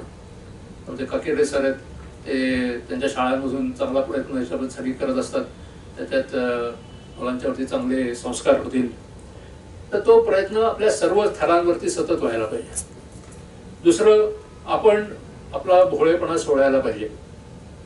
आपण किती चांगले असणं, याला भोळे असणं आणि चांगले असणं हा वेगळा प्रकार आहे. तुम्ही चांगले आहात म्हणून भोळे असा असं नाही. उलट तुम्ही जेवढे खंबीर असाल तेवढे तुम्ही चांगले आहात असं म्हटलं पाहिजे. भोळे आहात म्हणजे तुम्ही राहायला अनफिट आहात. संशोधनावरती सतत भर देऊन नवीन तंत्रज्ञान आत्मसात करायला पाहिजे. स्वातंत्र्यवीर सावरकरांनी सांगितलं होतं की तुम्ही अद्ययावत राहा. तुम्ही किती मंत्र म्हणलेत, किती वेळ पूजा केलीत, त्याच्यामुळे तुम्ही वाचणार नाही आहात. तुमच्याकडे किती तुम्ही सशस्त्र आहात, किती तुमच्याकडे नवीन टेक्नॉलॉजी आहे, तुम्ही किती अप टू डेट आहात, त्यामुळेच तुम्ही वाचणार आहात. आणि जे कोणी हे म्हणतील की मी अमक्या धर्माचा आहे म्हणून माझा काय विजय होईल, हे चूक आहे. प्रत्येक धर्माच्या लोकांचा अनेक वेळा पराभव झालेला आहे आणि त्याचं कारण हेच आहे की ते अप टू डेट नव्हते. तुमचं व्यवसाय कौशल्य विकास करा. जागतिक स्पर्धेमध्ये स्वतःला सक्षम बनवा. तुम्ही कुठल्याही शाळेत असा, तुम्ही मराठी शाळेत असा, इंग्रजी शाळेत असा, तर आणखीन कुठल्या ह्या बोर्डाची किंवा त्या बोर्डाची परीक्षा द्या. तुम्ही ग्लोबल सिटीझन आहात. तुम्ही जे काही करताय त्याचं ग्लोबल स्टँडर्डनी परीक्षण केलं जाणार आहे. हे लक्षात घेऊन तुम्ही स्वतःला जागतिक स्पर्धेमध्ये स्वतःला सक्षम बनवा. कुठलेही पूर्वग्रह न ठेवता सर्वांना बरोबर घेऊन तुमचं उद्दिष्ट काय की 2047 पर्यंत आम्हाला विकसित भारत घडवायचा आहे, ते साध्य करण्यावरती कल्पना तुम्ही प्रयत्न चालवा. ज्या काही लॉ एन्फोर्सिंग एजन्सीज आहेत त्याच्यामध्ये असं एक पोलीस मित्र एक मी संकल्पना राबवली होती. आज महाराष्ट्राच्या पोलिसांची संख्या आहे 2 लाख. जेव्हा मी पोलीस मित्र ही संकल्पना सुरू केली होती त्यावेळेला 5 लाख लोक, त्याच्यामध्ये स्त्री होत्या, पुरुष होते, त्याच्यामध्ये म्हातारे होते, त्याच्यामध्ये तरुण होते, त्याच्यामध्ये जोडले गेलेले होते. आणि त्याच्यातून तुमची जी काही सुरक्षितता आहे ती नक्की चांगल्यापैकी वाढत असते. जे काही कारणांमुळे समाजामध्ये दुर्बळ आहेत, वंचित आहेत, दिव्यांग आहेत, त्या लोकांना सुदृढ करायला मदत करा. आजच मी येण्यापूर्वी बातमी वाचत होतो की इथे एक पुण्यामध्ये मनोबल म्हणून संस्था आहे. त्या मनोबल संस्थेचं वैशिष्ट्य म्हणजे असं की जे दिव्यांग आहेत त्या दिव्यांगांना ते मदत करतात, प्रोत्साहन देतात. तर त्यातला एक प्रज्ञाचक्षू असलेला मुलगा तो कालच जाहीर झालेल्या UPSCच्या निकालामध्ये त्याची निवड झाली. अत्यंत त्यांचं कौतुकास्पद असं काम आहे. ते एक असं नाही, जवळजवळ 18 आहेत त्याची त्यांनी मुलं सांगितली की ज्या 18 मुलांना त्यांनी मदत केली आणि ती UPSCच्या निकालामध्ये निवड झाली म्हणून जाहीर करण्यात आलेलं आहे. जे काही तुमच्या आजूबाजूचं वातावरण आहे, वातावरण याचा अर्थ केवळ हवा नव्हे किंवा पाणी नव्हे, जे हवा पाणी तर आहेच आहे, परंतु ज्याला आपण एक आजूबाजूच्या आपल्या लोक म्हणतो त्यांचं सुद्धा वातावरण न बिघडवणे आपल्या गोष्टींमुळे, याची आपण प्रत्येकाने काळजी घेणं गरज आहे. नैराश्य टाळण्यासाठी आपल्याकडे मी म्हणेन की फार मोठं आपल्याकडे हत्यार आहे आणि ते म्हणजे आपले आध्यात्मिक ग्रंथ आहेत. आज मी परत परत लोकांना सांगतो, तुम्ही भागवत वाचा, तुम्ही रामायण वाचा. ते वाचल्यानंतर तुमच्यातलं नैराश्य नक्की जाईल, 100% जाईल. आणि ते नुसतं तुम्ही एकट्याने वाचच वाचा, पण तुम्हाला जमलं तर सामूहिक रीतीने वाचा, की ज्याच्यामुळे सामूहिक पठण आहे, श्रवण आहे, चिंतन आहे, चर्चा आहे, त्या आयोजित करा. शक्यतो कुठल्याही माणसाला एकुलतं असं राहणार नाही याची खात्री करा. आज झालंय असं की या मोबाईलमुळे सगळे लोक असे इंट्रोव्हर्ट होऊन फक्त असे सगळ्या समाजापासून पूर्णपणे कट ऑफ झालेले आहेत. आणि ते कट ऑफ होऊन त्यांच्यामध्ये ते वारंवार असं नैराश्य वाढत राहतं. ज्या सांघिक खेळ आहेत, मुद्दाम ऑर्गनाईज करा, सांघिक खेळांच्या स्पर्धा ठेवा, सामाजिक कामं करणाऱ्यांचा जाहीर सत्कार करा. स्पर्धा परीक्षा आहेत वेगवेगळ्या, त्यांना तरुणांना प्रोत्साहन देऊन बसायला तयार करा. अग्निवीर, सैनिक, बालक पोलीस म्हणून भारत सरकारच्या चांगल्या योजना आहेत, NCC आहे, NSS आहे, त्याच्यामध्ये प्रत्येकाला भाग घ्यायला लावा. परदेशात जाऊन प्रशिक्षण घेऊन जगाला मार्गदर्शन करायला त्यांना लहानपणापासून तयार करा. मागच्या वेळेला काकडे सरांनी मला त्यांच्या 10वीची पास होणारी मुलं होती त्यांच्यासाठी बोलावलं होतं. मी त्यांना हे सांगितलं की म्हटलं तुम्ही आज इथून बाहेर येता, याचा अर्थ उद्या भारताकडून तुम्हाला जगाला काय संदेश द्यायचा आहे त्याची ही तयारी आहे. त्यांच्याकडल्या प्रार्थना वगैरे फार सुंदर आहेत की ज्या मला खात्री आहे की ती मुलं नंतर सुद्धा म्हणत राहतात, आणखीन चांगलं मार्गदर्शन करतील. तर मी इथे थांबतो. याच्याबद्दल आपल्याला जर सविस्तर काही वाचायचं असेल तर माझी एक वेबसाईट आहे, pravindikshit.com म्हणून, PRAVENDIXIT.com. त्याला आपण केव्हाही भेट द्या. याच्याबद्दल जेव्हा जमेल तसं मी थोडंफार लिखाण केलेलं आहे किंवा काही चर्चा असते त्याच्यातही भाग घेतलेला आहे. आणि आत्ता सुद्धा आपल्या याच्याबद्दलचे जे काही ऑब्झर्वेशन्स असतील त्यांना ऐकायला आणि आपलं मार्गदर्शन घ्यायला मला नक्कीच खूप आवडेल. तेव्हा आता फोरम आपल्याकडे उपलब्ध आहे. मी वेळ जास्ती नाही केला. मोठा होता, हा विषय जरा मोठा होता, तो साकल्याने समग्रपणे त्याला वेळ थोडा आहे तर कोणी न संकोच करता विचारायला हरकत नाही. प्लीज. पर्यटकांना प्रशिक्षण देण्याची गरज आहे का? आता जे झालं नक्षलवादी हल्ल्यामध्ये, तिथे तुम्ही जो उल्लेख केला की व्हिडिओ शूटिंग सुरू होतं परंतु कोणी पुढे आलं नाही, प्रतिकार केला नाही, तर तिथे सरकारच्या वतीने प्रशिक्षण का दिलं जात नाही? एवढं आपण तिथे सक्षमतेने भारत पुढे चालला आहे, परंतु या बाबतीत खूप मागं आहे असं वाटतं. पर्यटकांना प्रशिक्षण दिलं जात नाही किंवा तिथे एक नेव्हीचा ऑफिसर तर त्यांना पण काही सुचलं नाही कारण मागून गोळी मारली त्याला. तर त्याच्यात काही करू शकतो का आपण? पर्यटकांना प्रशिक्षित करूनच पाठवलं पाहिजे. एक 10 मिनिटाचा, 1 तासाचं किंवा अर्ध्या तासाचं प्रशिक्षण दिलं पाहिजे. म्हणजे कसं आहे की आता ह्या ज्या काही आपत्ती आहेत ह्या कधी येतील आणि कुठल्या स्वरूपात येतील ते आपल्याला आपण कल्पना करू शकत नाही. परंतु आता ते काय करतात की तुमचं मेडिकल फिटनेस आहे ना, तुम्ही इतक्या वयापासून इतक्या वयात आहात ना वगैरे, याची ते टेस्ट घेतात. पण आपण तो म्हणताय तो मुद्दा अत्यंत महत्वाचा आहे की त्यांना स्वसंरक्षणासाठी सुद्धा तुम्हाला हे इनपुट्स देणं गरजेचं आहे किंवा ह्या गोष्टी तुम्ही करणं गरजेचं आहे. तर उद्या लोक पुढे पिठोरागड सारख्या ठिकाणी गेले, तिथे अचानक लँडस्लाईड झाली, काय झालं, पुढे आणखी काश्मीरमध्ये गेले, असं पहलगाम सारख्या ठिकाणी त्यांच्यावरती गोळीबार झाला, पुढे ग्रेनेड फेकले जातात. तर या अशा वेळेला शाळांपासूनच, जे नुसतं शाळा तर आहे तर शाळा करतातच त्यांचा प्रयत्न, कारण त्यांना बिचाऱ्यांना इतकं काय काय करावं लागतं की काय काय करून काय नको असं होऊन शेवटी ते थकतात.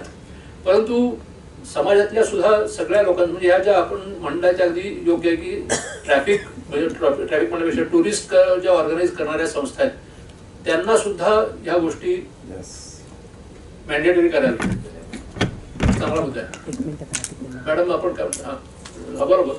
सर मला एक प्रश्न यांच्याशी संबंधित आहे की in order to commercialize aren't we risking the things. म्हणजे कालच्या ज्या हल्ल्यात ते जे सर म्हणले तसं की प्रत्येकाला काश्मीरला पाठवताना एक 5 मिनिट म्हणजे एक अर्ध्या दिवसाचं जरी प्रशिक्षण दिलं असतं, कारण काय situation is not so easy. म्हणजे आपण लोकांना दाखवतोय तेवढी परिस्थिती साधी नाही असं माझं न्यूज वाचल्यानंतर म्हणणं आहे. आणि आता सुद्धा ते काय म्हणतात सैनिक डिप्लॉय केले पाहिजेत. म्हणजे बेसिकली काल मी गोष्ट जी पाहिली, जे व्हिडिओ पाहिले तर हल्ला होता तर त्यात आपले साधे सैनिक सुद्धा कामी आले नसते, कारण काय तिथे स्नायपर हवे होते. कारण काय स्नायपर जर का योग्य पोझिशनला डिप्लॉय केले असते अशा ठिकाणी, म्हणजे तुम्ही आहात तर तुम्ही हे सजेशन देऊ शकता सरकारला. कारण काय पुढे जे असे मोठे एरियाज आहेत तिथे स्नायपर्सच पाहिजेत. कारण काय जरी AK-47 घेतलेला माणूस तिथे असता तरी तो एवढ्या लांब फायर करू शकला नसता, पण स्नायपर न्यूट्रलाइज करू शकला असता. आणि एक सजेशन तुमच्या माध्यमातून तुम्ही देऊ शकता, कारण काय तुम्ही त्या पदावर होतात म्हणून, की जसं तुम्ही पोलीस मित्र संकल्पना राबवली तसं तिथल्या लोकांनी 2 लोकांनी रेजिस्ट करण्याचा प्रयत्न केला ज्यांना मारलं गेलं बेसिकली.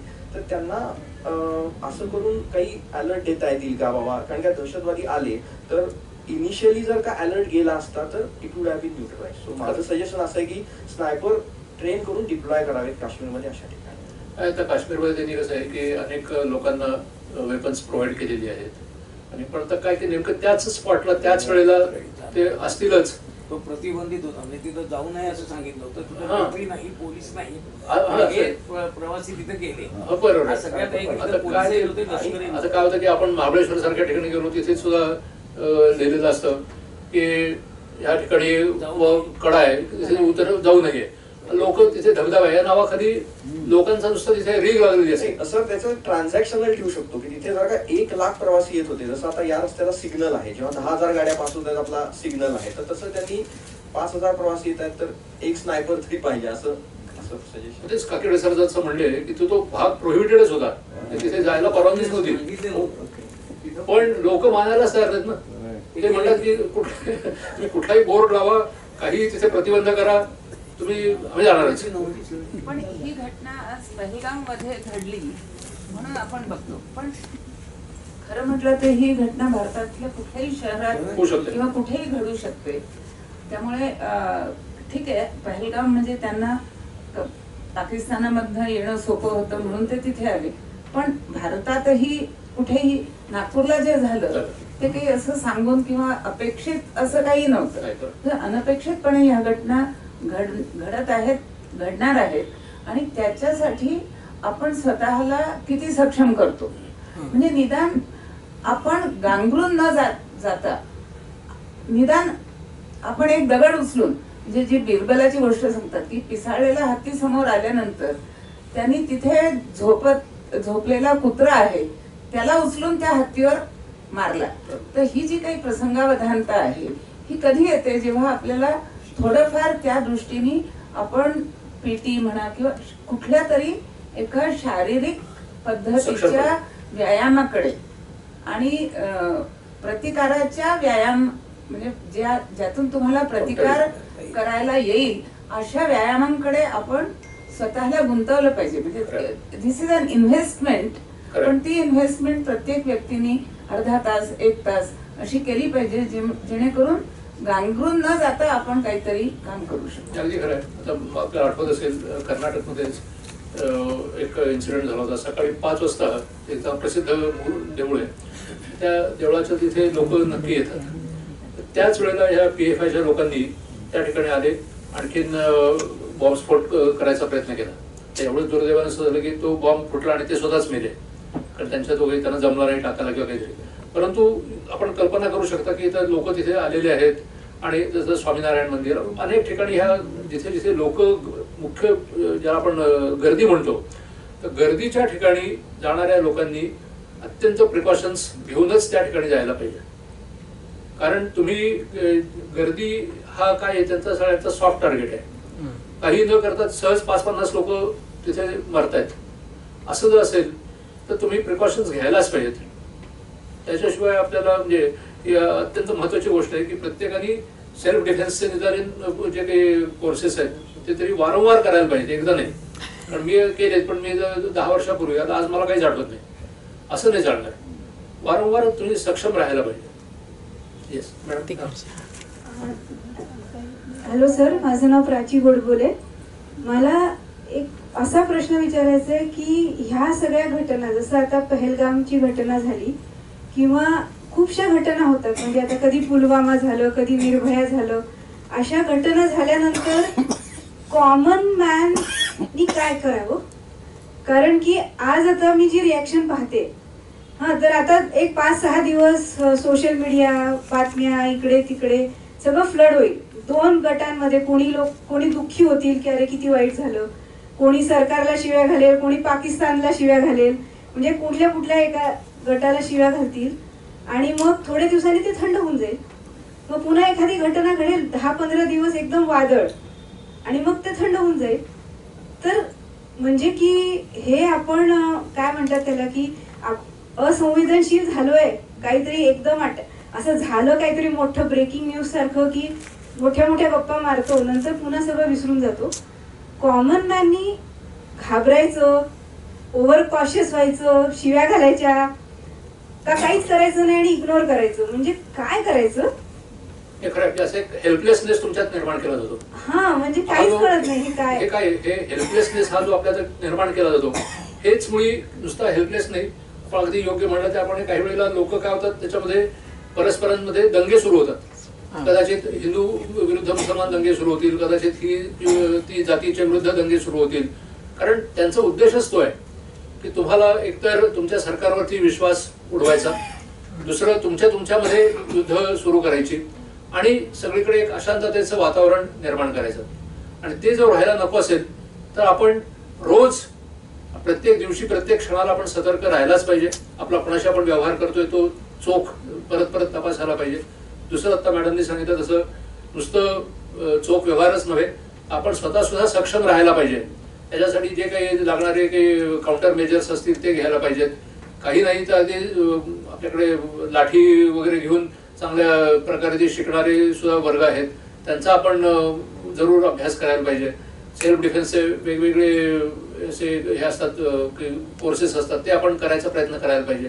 म्हणजे हे संकट दूर नाहीये, हे संकट आज कुठेही येऊ शकतं. तर मोदी सरकार आल्यापासून त्यांनी 2014 सालानंतर दहशतवादाच्या विरुद्ध खूप त्याच्यामध्ये कारवाया केलेल्या आहेत, त्यात प्रश्नच नाही. पण तरी सुद्धा ही अशी एखादी घटना झाली की ते जे काही केलेलं असेल ते पूर्ण वॉशआउट होऊन जातं. सरकार त्याच्याकडनं प्रयत्न करतच आहे. पण येस प्लीज. खरं म्हणलं तर हा अतिशय मोठा विषय आहे आणि त्याला अनेक पैलू आहेत, अनेक कारणं आहेत, अनेक फॅक्टर्स आहेत. सगळ्यात महत्त्वाचं म्हणजे संबंध देश जो आहे तो गेले अनेक दशकं हळूहळू पोखरला गेला आहे आणि संबंध सामाजिक वातावरण जे आहे ते मुद्दामून गडबड केलं गेलं आहे. जसं आपण म्हणतो की there can be international conspiracy की ज्याच्यामुळे भारत हा सतत अशांत राहायला पाहिजे. मग त्याच्यात जसं खलिस्तानचं असेल, शेतकरी आंदोलन असेल किंवा निरनिराळ्याचे काही अर्बन नॅशनलिट असेल, असे अनेक त्याला की ज्याच्यामुळे भारत हा सतत अशांत राहायला पाहिजे, त्याची प्रगती व्हायला नाही पाहिजे. आणखीन 2-3 गोष्टी अशा आहेत की आपलं जे लहान मुलांना वाढवणं आहे, अपब्रिंगिंग आहे, ते देखील मला असं वाटतं की एक महत्त्वाचं कारण आहे. आपल्याकडे आपण आपल्या लहान मुलांना इतकं प्रोटेक्टेड वाढवतो की ज्याच्यामुळे त्याला सेल्फ डिफेन्स असेल. आणि याला अनेक गोष्टी आहेत की जसं पूर्वी कॉलेजमध्ये किंवा शाळांमध्ये NCC असायचं, आता एक नावापुरतं आहे. दुर्दैवाने अनेक शाळांकडनं NCC करता मागणी होऊन देखील केवळ त्याला पर्सनल नाहीये, त्याच्यामुळे शाळांमधनं NCC जाता नाहीये. दुर्दैव आहे. ऑनलाईन त्याच्यात जास्तीत जास्त लोक द्यायला पाहिजे, त्याच्याकरता एक यंत्रणा उभी केली पाहिजे. आणि शाळांना लहान मुलांपासून जर ते आपण NCC किंवा त्या प्रकारचं प्रशिक्षण मिळेल की ऑटोमॅटिक त्याच्यामुळे नक्की फरक पडतो. दुर्दैवाने असं आहे की जी दुसरी जमात आहे त्यांच्यातला लहान मुलगा हा लहानपणापासून कळतं आणखी रक्त हे लहानपणापासून बघत असतो. आज जर आपण बघितलं तर काही गोष्टी झाल्या, जसं मला वाटतं नागपूरचं वेळ तर तलवारी घेऊन जर 25 लोक बाहेर आली तर आपल्याकडची किती 1000 पैकी लोक पुढे येतील. दुर्दैवाने अशा अनेक त्याच्यात एक एक गोष्टी आहेत की ज्याच्यामुळे ती आपली मानसिकता आहे ती त्याच कशी वेळेला जेव्हा दंगल घडली त्याच वेळेला एक पुस्तक प्रकाशित झालं होतं हो की RSS ला 100 वर्ष झाली म्हणून एक त्यांनी पुस्तक प्रकाशित केलं होतं. हो तर त्याच्यामध्ये 1927 सालचा डॉक्टर हेडगेवारांचा त्यांनी मुद्दाम एक किस्सा दिलेला होता, आपण वाचला असेल, की इंटेलिजन्स वॉज सो गुड की त्याही वेळेला असेच लोक येणार म्हणून कल्पना होती, परंतु त्याच्या आतच महालातले लोक हे तयार होते आणि ते नुसते तयार आहेत हे पाहूनच मुळी येणारे लोक निघून गेले. ही जी ज्याला आपण इंटेलिजन्स म्हणा किंवा त्याला तयारी म्हणा अजून, पण तशी तयारी आपण ठेवायला पाहिजे. दुर्दैवाने आपला जो समाज आहे तो इतका अंतर्मुख आणि स्वतः सेल्फ सेंटर्ड झालेला आहे की जोपर्यंत माझ्यापर्यंत येत नाही तोपर्यंत मी रिॲक्टच होत नाही. दुर्दैवाची गोष्ट आहे. लव जिहाद म्हणतो, जोपर्यंत माझ्या घरापर्यंत येत नाही तोपर्यंत लव जिहादची जी काही ग्रॅव्हिटी आहे ती आपल्याला कळतच नाही. हे भयंकर आहे. अनेक इतके प्रचंड. मला आठवत आहे की अडवाणींनी जवळ 25-30 वर्षापूर्वी सांगितलं होतं की आता जे युद्ध होईल ते देशाच्या ज्या बॉर्डर्स आहेत तिथंच होईल असं नाही, तर देशातल्या प्रत्येक कॉर्नरला प्रत्येक ठिकाणी ते युद्ध असेल. आणि जसं आता लीनाताई म्हणल्या की ही जी गोष्ट आहे ती भारतातल्या कुठल्याही ठिकाणी होऊ शकते आणि दुर्दैवाने वी आर टोटली अनप्रिपेअर्ड. ही जी अग्नी सैनिक किंवा जी नवीन स्कीम काढलेली आहे ती खरोखर अत्यंत उत्कृष्ट स्कीम आहे, पण आता ते त्याच स्कीमच्या विरोधात पुढे सगळं गदारोळ. आणि त्याच्यामध्ये दुर्दैवाने काही आपले सैन्यातले अधिकारी पण आहेत, तेही म्हणतात की नाही ते अग्नि सैनिक वगैरे अग्निसेवक काय म्हणतात त्याला, अग्निवीर नको आणि हे अग्निवीर काढल्यामुळे हा घोटाळा होतोय. जसं सावरकर म्हणायचे की सावरकर सगळ्यांनाच माहिती आहे की आपल्याला दुसऱ्या कोणाची भीती नाहीये, आपल्याला हिंदूंची भीती आहे. जसं आज दुर्दैवाने वक्फ बिलाविरुद्ध 232 लोकांनी जे मतदान केलं त्याच्यापैकी 90% लोक कोण होते, हे आपल्या भारताचं दुर्दैव आहे. आणि त्याच्या विरुद्ध बाकीचा समाज जोपर्यंत एकत्र होत नाही, जसं म्हणतात की 16%, 18%, 20%, 80% जोपर्यंत एकत्र येत नाही तोपर्यंत हा जो प्रॉब्लेम आहे तो कायमचा राहणार आहे. बांगलादेशमधला असेल, ओवेसीचं ज्या पद्धतीचं वक्तव्य असतं त्या पद्धतीने आज बांगलादेशमधनं रेग्युलर हजारो लोक रोज येतात आणि संबंध भारतभर ते पसरलेले आहेत आणि त्याच्यामुळे हा जो विषय आहे तो इतका गंभीर आहे. साधी गोष्ट आहे, घरामध्ये आज मला जर हाऊसमेट म्हणून कोणी पाहिजे असेल तर आम्ही आनंदाने बांगलादेशी महिलेला ठेवतो. आता जे इस्रायलमध्ये झालं 23 ऑक्टोबरला वगैरे काय त्यांचं तेच म्हणणं होतं की सगळे हे पॅलेस्टिनियन त्यांच्या घराघरामध्ये काम करत होते म्हणजे काय, तुमच्या घरातला सगळी खडानखडा माहिती तिथे देत होते आणि त्यांचं आपल्या सवयी आहेत, नाही माझ्या घरातलं काम मी करणार नाही, मला काम करायला 4 लोक पाहिजेत, माझ्याकडे पैसे आहेत हे दाखवायला पाहिजे, मी त्यांना आज उपजीविका देतो हे त्याच्यावरती सांगायचं. उपजीविका देताय का तुमच्या घरातली खडानखडा माहिती तुम्ही लोकांना देताय. पण त्यात पुन्हा प्रत्येकाने हे आत्मचिंतन करायची गरज आहे की मी काय करतोय, हे काय करतायत, ते काय करतायत, समाज काय करतोय, सरकार काय करतोय, ह्याच्यापेक्षा मी काय करते हा प्रत्येकाने.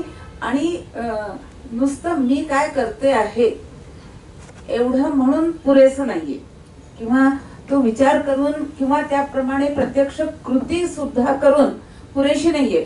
मी हे करतेय, तुम्ही पण हे करा, अशा तऱ्हेने ते दृढमूल केलं गेलं पाहिजे. नाहीतर फक्त तुम्ही केलंय आणि ते तुमच्यापुरतं राहिलं, त्याच्यापासून इतर तुमच्या आजूबाजूच्या लोकांना प्रेरणा नाही मिळाली तरी त्याचा उपयोग नाहीये. कारण शेवटी संघटन हे व्हायची गरज आहे. आणि त्याच्यात म्हणजे लेझर इफेक्ट म्हणून एक असतो की सगळ्यांची ऊर्जा एका क्षणी, त्या एका क्षणाला ती सगळी ऊर्जा जेव्हा प्रकट होते तेव्हा आपल्याला लेझर बीमचा इफेक्ट मिळतो. तर अशी एकत्रितपणे आपली ऊर्जा प्रकट होईल ह्यासाठी जे आपापसात इंटरनल कम्युनिकेशन आहे त्या कम्युनिकेशनचे पण एस्टॅब्लिश करण्याची गरज आहे.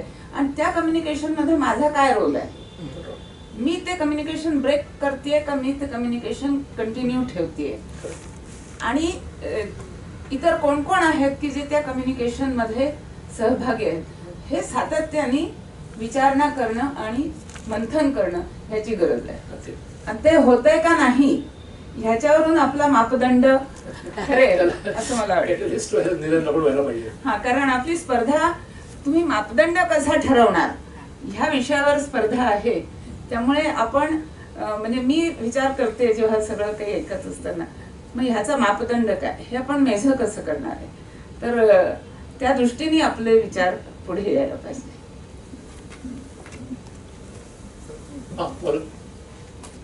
शेवटचे 2 प्रश्न. सर, माझं नाव विनायक कुलकर्णी. मी 1-2 प्रश्न आता विचारू इच्छितो. अंतर्गत सुरक्षेचा जेव्हा प्रश्न येतो तेव्हा एक मुद्दा आम्हाला नेहमी प्रकर्षाने जाणवतो, तो असा की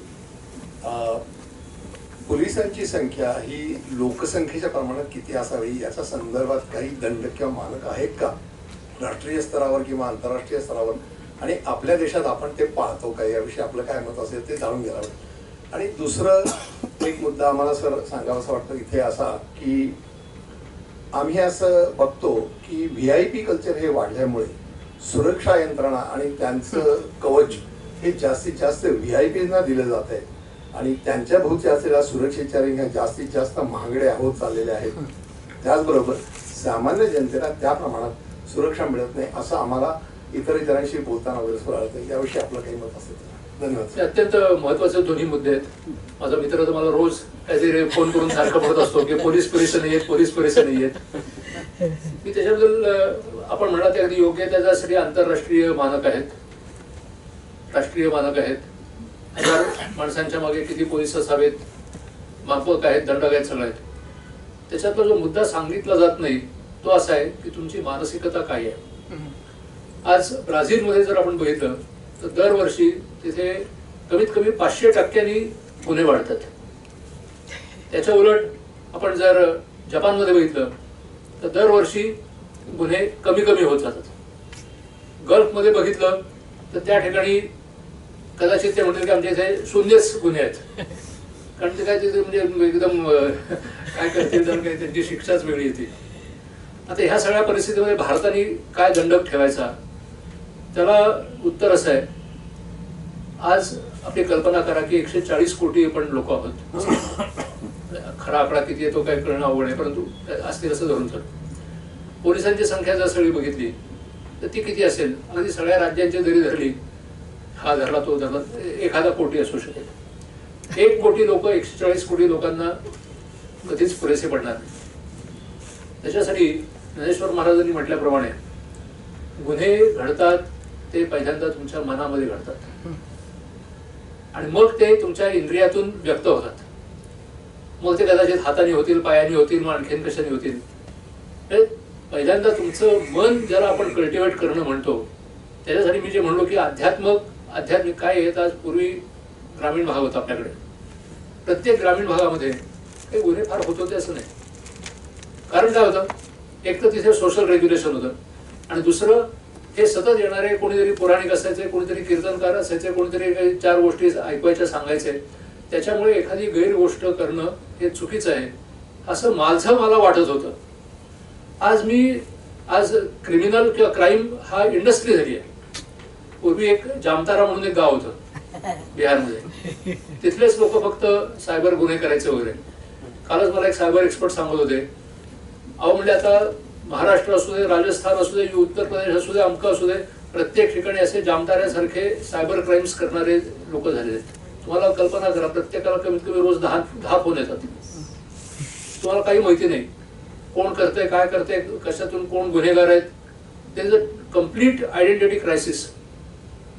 आणि हे जे आहे त्याला पोलीस वाढवणं हा उपाय पुरेसा नाहीये. एका पोलिसाची किंमत आज 1 लाख रुपये. त्याचा पगार, त्याच्या सुख सुविधा, घर, अमुक तमुक, त्याला काय काय फॅसिलिटीज द्याव्या लागतात. आपण किती लोकांना 1 लाख रुपये देऊन नेमू शकतो. साधं सोसायटीमध्ये 15,000 रुपये देऊन तिथे एखादा गार्ड नेमायचं म्हटलं तर लोक नको म्हणतात. तितके आपण राहणाऱ्या घरांची अवस्था अशी आहे त्या घरांना गार्डच नाही. ते म्हणतात नाही आम्ही पैसे देणार नाही. मग ह्या पोलिसांना 1 लाख रुपये देऊ शकणार आहोत का, हा मुद्दा आहे. त्याला पोलीस वाढवावेत, शक्य असतील तेवढं वाढवतातच. दरवर्षी आपण 10,000 20,000 पोलीस वाढवायचा प्रयत्न करतो, नाही असं नाही. पण ते उत्तर नाही आहे.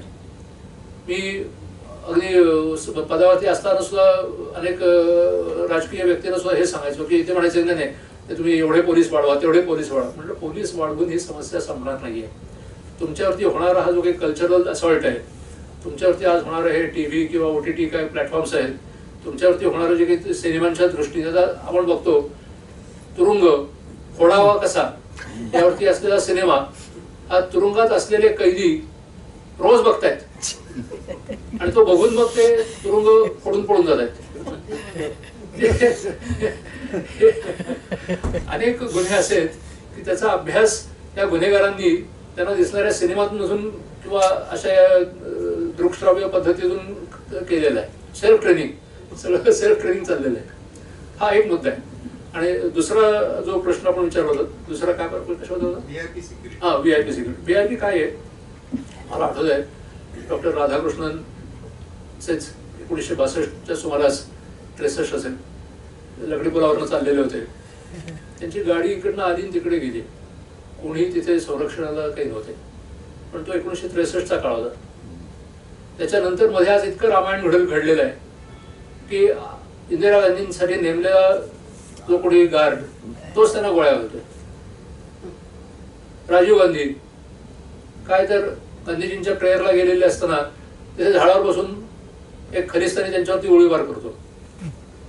हे जे प्रकार जसजसे होत गेले तसतसं तुम्ही म्हणताय ते अगदी 100% खरं आहे की त्याचा गैरवापर खूप मोठ्या प्रमाणात केला जातो. पण होतं काय की तसं सिद्दीकी मुंबईचा आमदार का कॉर्पोरेट काय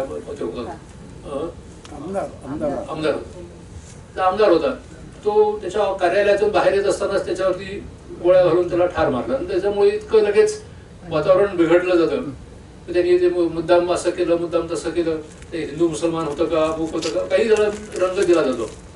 त्यामुळे ह्या लोकांना थोडंफार संरक्षण आपण देतो, ते पुरेसं नाहीये. त्याच्यामध्ये आपला रिसोर्सेस हे भरपूर जातात, त्याचा लोक गैरवापरही करतात.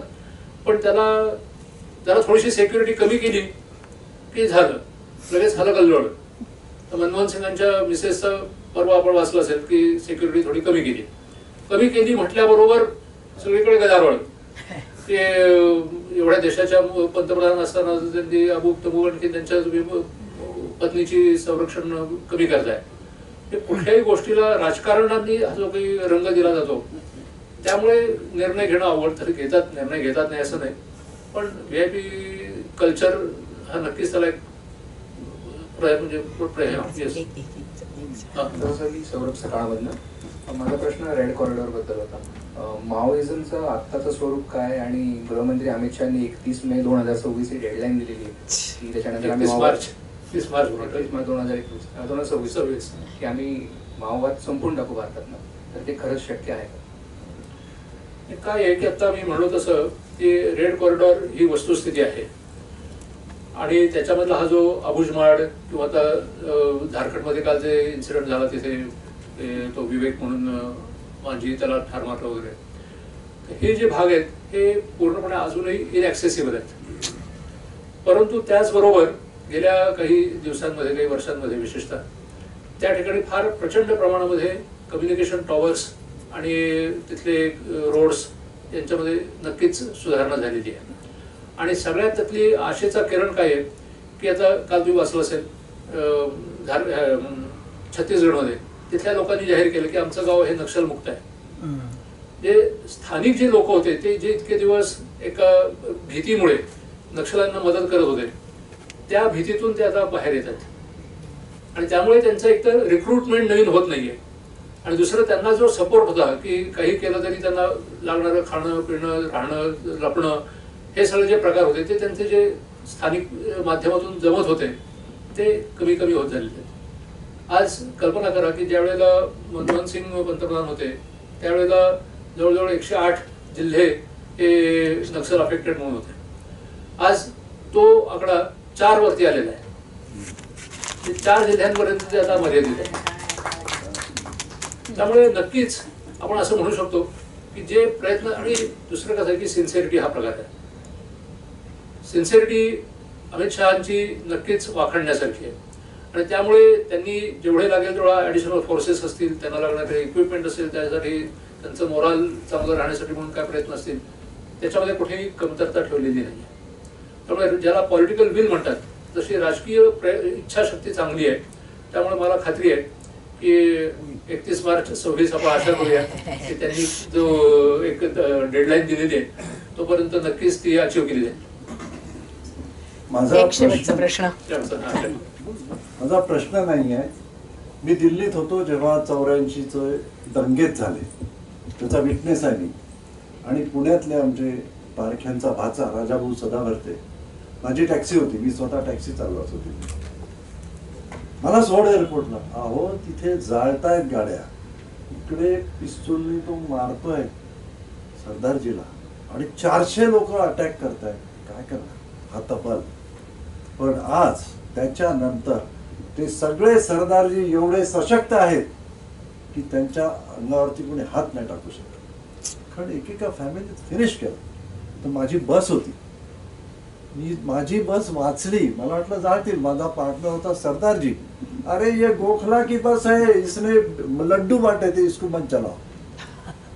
2 बायकांना मी डिक्कीट टाकून एअरपोर्टहून आणलं.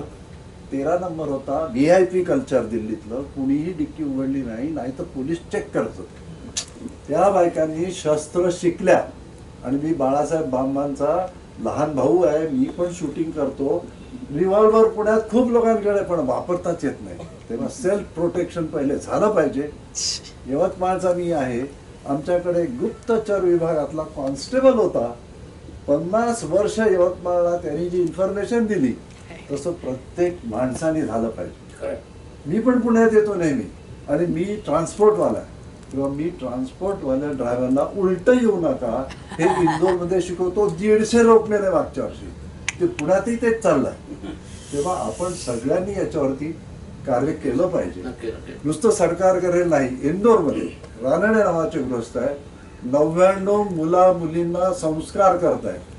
आज आमच्याकडे पैसा असून आम्ही संस्कार करतच नाहीये, आपल्या घरात होत नाहीये.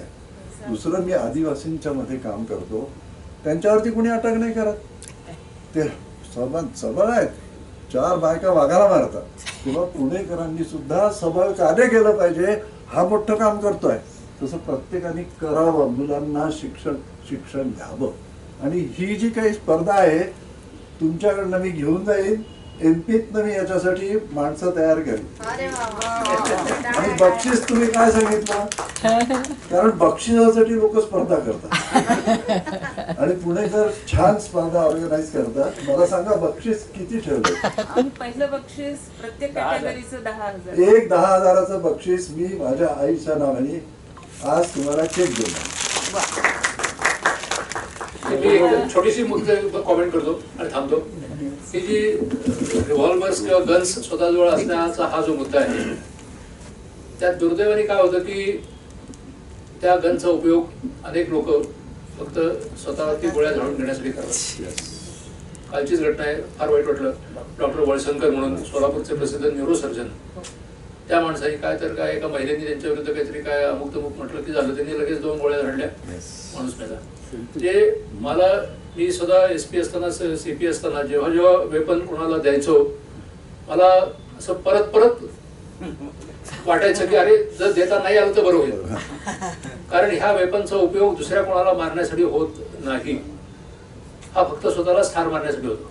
आणि हे असं मी एकदा नाही अनेक वेळा बघितलं. हॅलो, एक मिनिट.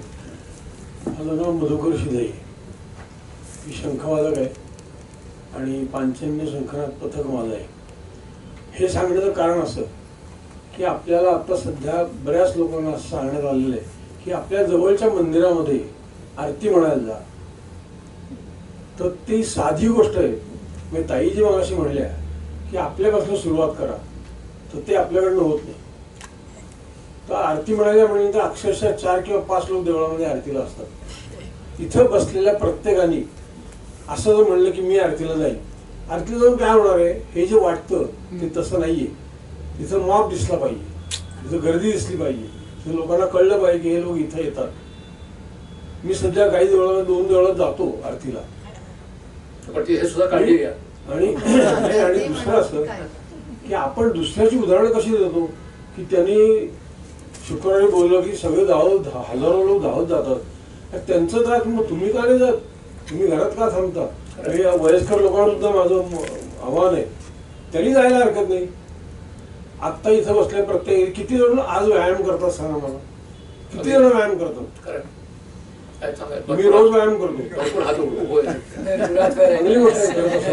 हो, तुमचं किती आहे? सारसबाग हा एक नवीन विषय झाला आहे. सारसबागेमध्ये माझा 88 वय संबंध आपल्या तब्येतीच्या दृष्टीने महत्वाचं आहे. आणि आपण सारसबागेत अतिशय सिस्टमॅटिकली सुदृढ करायचा तो अगदी बरोबर आहे की आपण सुदृढ असणं आवश्यक आहे. आलीच वेळ का अंगावर तर 2 दणकी घालता आली पाहिजे. आणि याकरता आपल्या पण प्रत्यक्षात वेळ म्हणजे आपले अक्षरशः शिकूट जातो तसं म्हणतात तसं आपण प्रत्येक नाही काय करू शकत. मध्ये एकदा एका देवळामध्ये गेलो तुम्ही आणि तिथे एका सांगितलं की आपण हे असं करायला पाहिजे बरं. म्हटलं साधी गोष्ट आहे, आता 10 लोक आपण इथं आहोत, एक मुसलमान व्यक्तीचं इथं आली दम द्यायला आपण 10 पळून जाऊ, ही मानसिकता आपली कशी होणार आहे. ही मानसिकता साधू संत न्या याच्यामुळे आपली माणसं खर्ची आहे. त्यामुळे आपल्या मानसिकताच राहिली नाही की मारामारी करणं. यासाठी कुस्तीचे खेळायचे बोललो त्याचं कारण ते होतं, मारामारी करण्याची सवय सुद्धा लागते. माझ्याकडे उर्शा गावामध्ये एकच किस्सा सांगतो थांबतो. उर्से गावामध्ये ग्रस्त होते, तर त्यांना म्हणलं हे कसं काय तुम्हाला जमतं. तुम्हाला पहिलं काय करायचं माहिती का, कुणी जर आपल्याशी काही बोलायला तर पहिली कानफाट त्याच्या लावायची. म्हणजे काय होतं, तो निम्मा होतो, तो मारायला आला नसतो आणि मग पुढचं बोलायचं असं. Thank you thank you.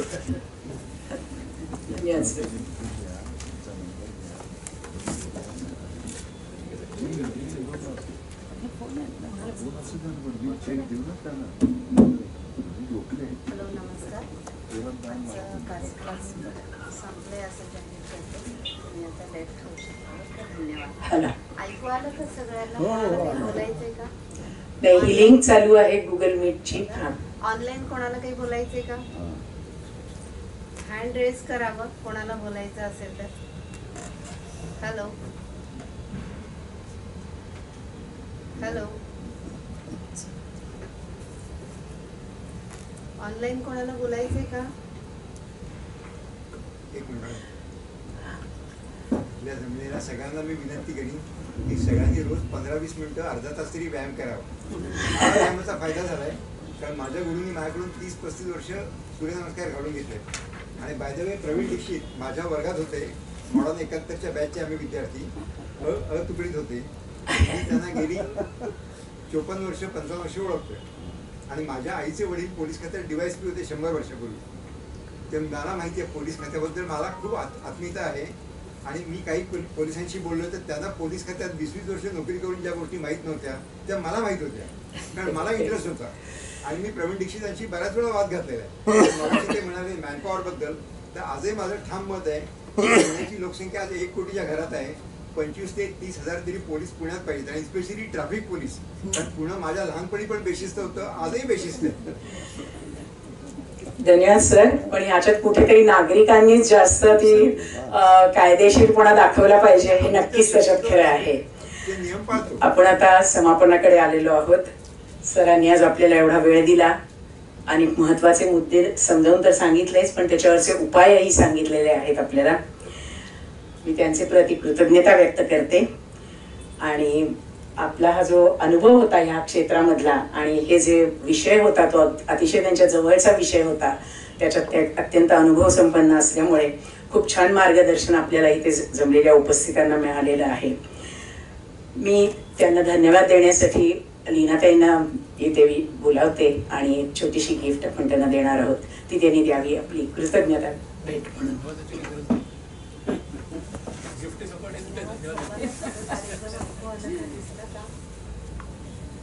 कोणीतरी एकाने हे चिन्ह दाखवून मला सांगितलं, हे चिन्ह दाखवून.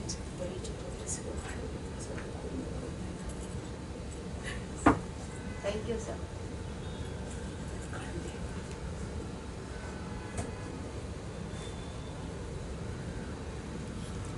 फार सुंदर पुस्तक आहे, ज्ञानदेव आणि प्लेटो म्हणून, आणि ते सोनोपंत दांडेकरांचे लिहिलेलं आहे.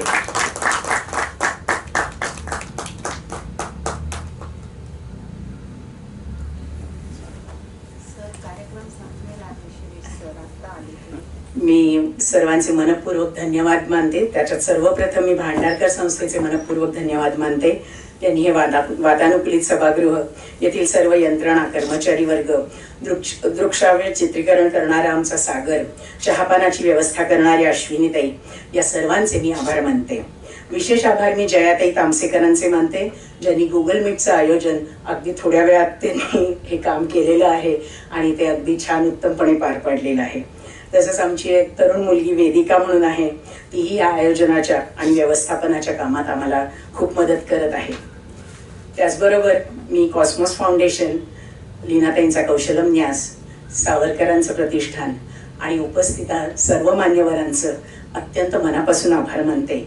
आणि आजचा हा चर्चात्मक कार्यक्रम इथे संपन्न झाला आणि आपल्या भारत मातेच्या चरणी आपण आपले कायदेशीरपणे वागून आपली कृतज्ञता ही मी अर्पण करते. आणि मी सुनीता फडके आपल्या सर्वांची रजा घेते. धन्यवाद.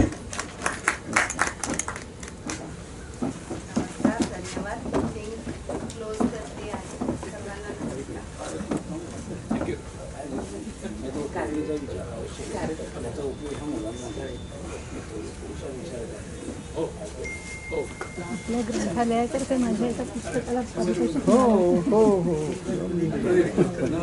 मी नव्हते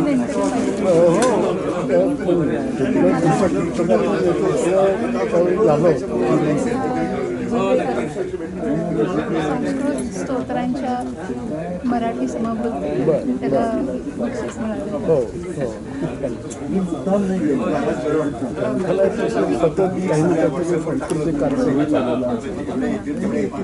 हे चांगलंच आहे. म्हणजे लहानपणापासूनच मी बघते आणि येतोय पण.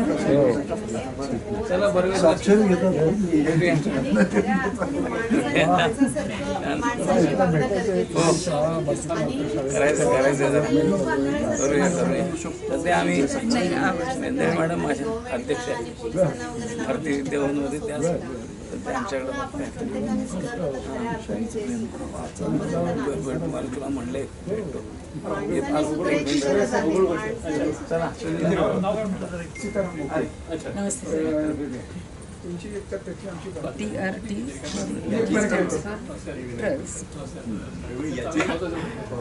याचे सासरे पण वरिष्ठ पोलीस अधिकारी होते.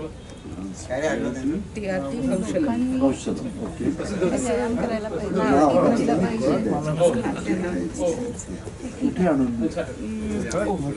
असा मुद्दा आहे का? लहानपणापासून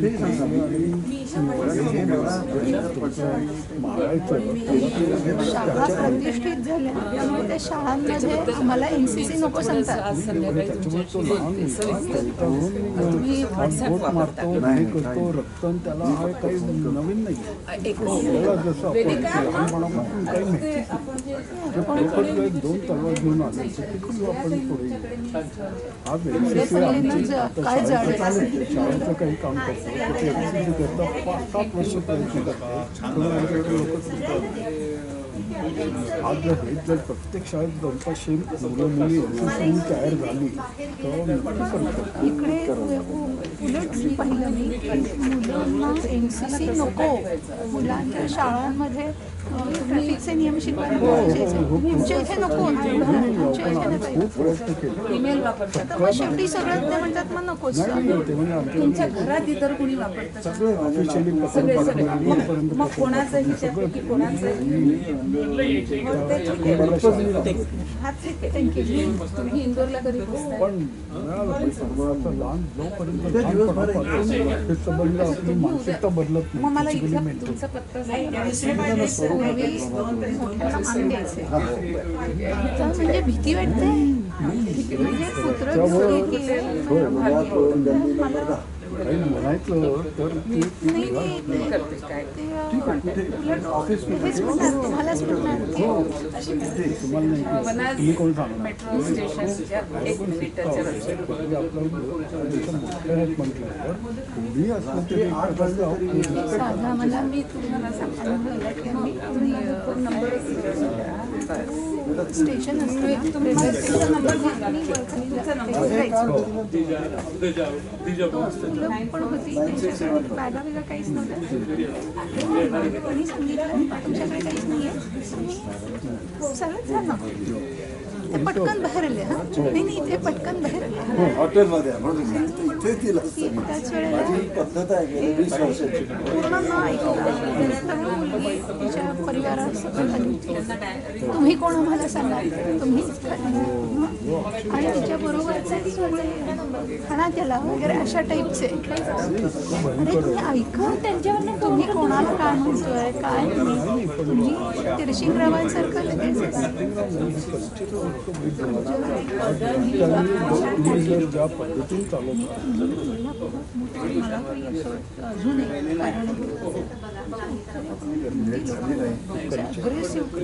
शनिवारी संध्याकाळी 6 वाजता देऊन या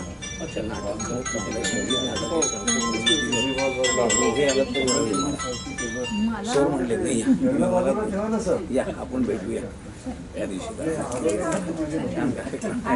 चला मी येतो बरं बाकी उत्तम चाललंय छान चाललंय बरं बरं तेच म्हटलं चल जाऊ शकतो ना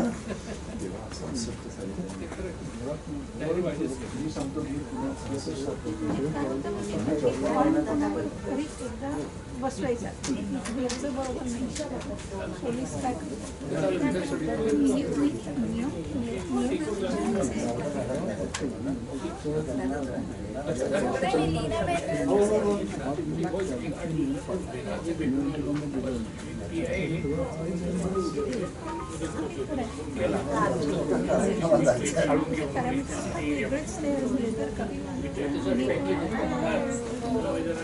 क्रिकेटची मॅच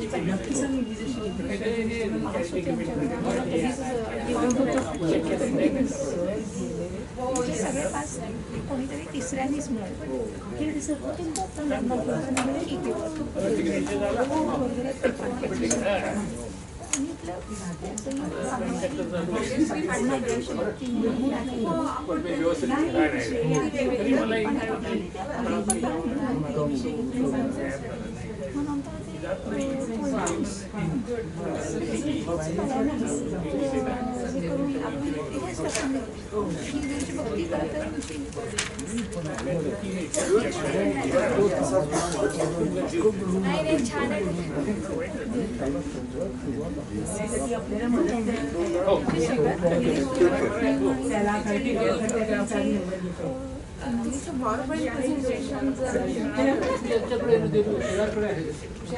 पण मला पण एक कॉपी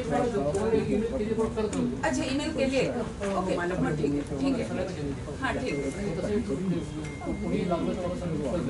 नाही नाही पुणे युनिव्हर्सिटीच्या डिफेन्स स्टडीज डिपार्टमेंटला पाहिजे तिला द्यायचे हां तिलाच दे ईमेल पाठवून दे मी माझे हात चालतायत पाय चालतायत ते जाऊ द्या त्याच्यासाठी नाही हे माझ्या नमस्कार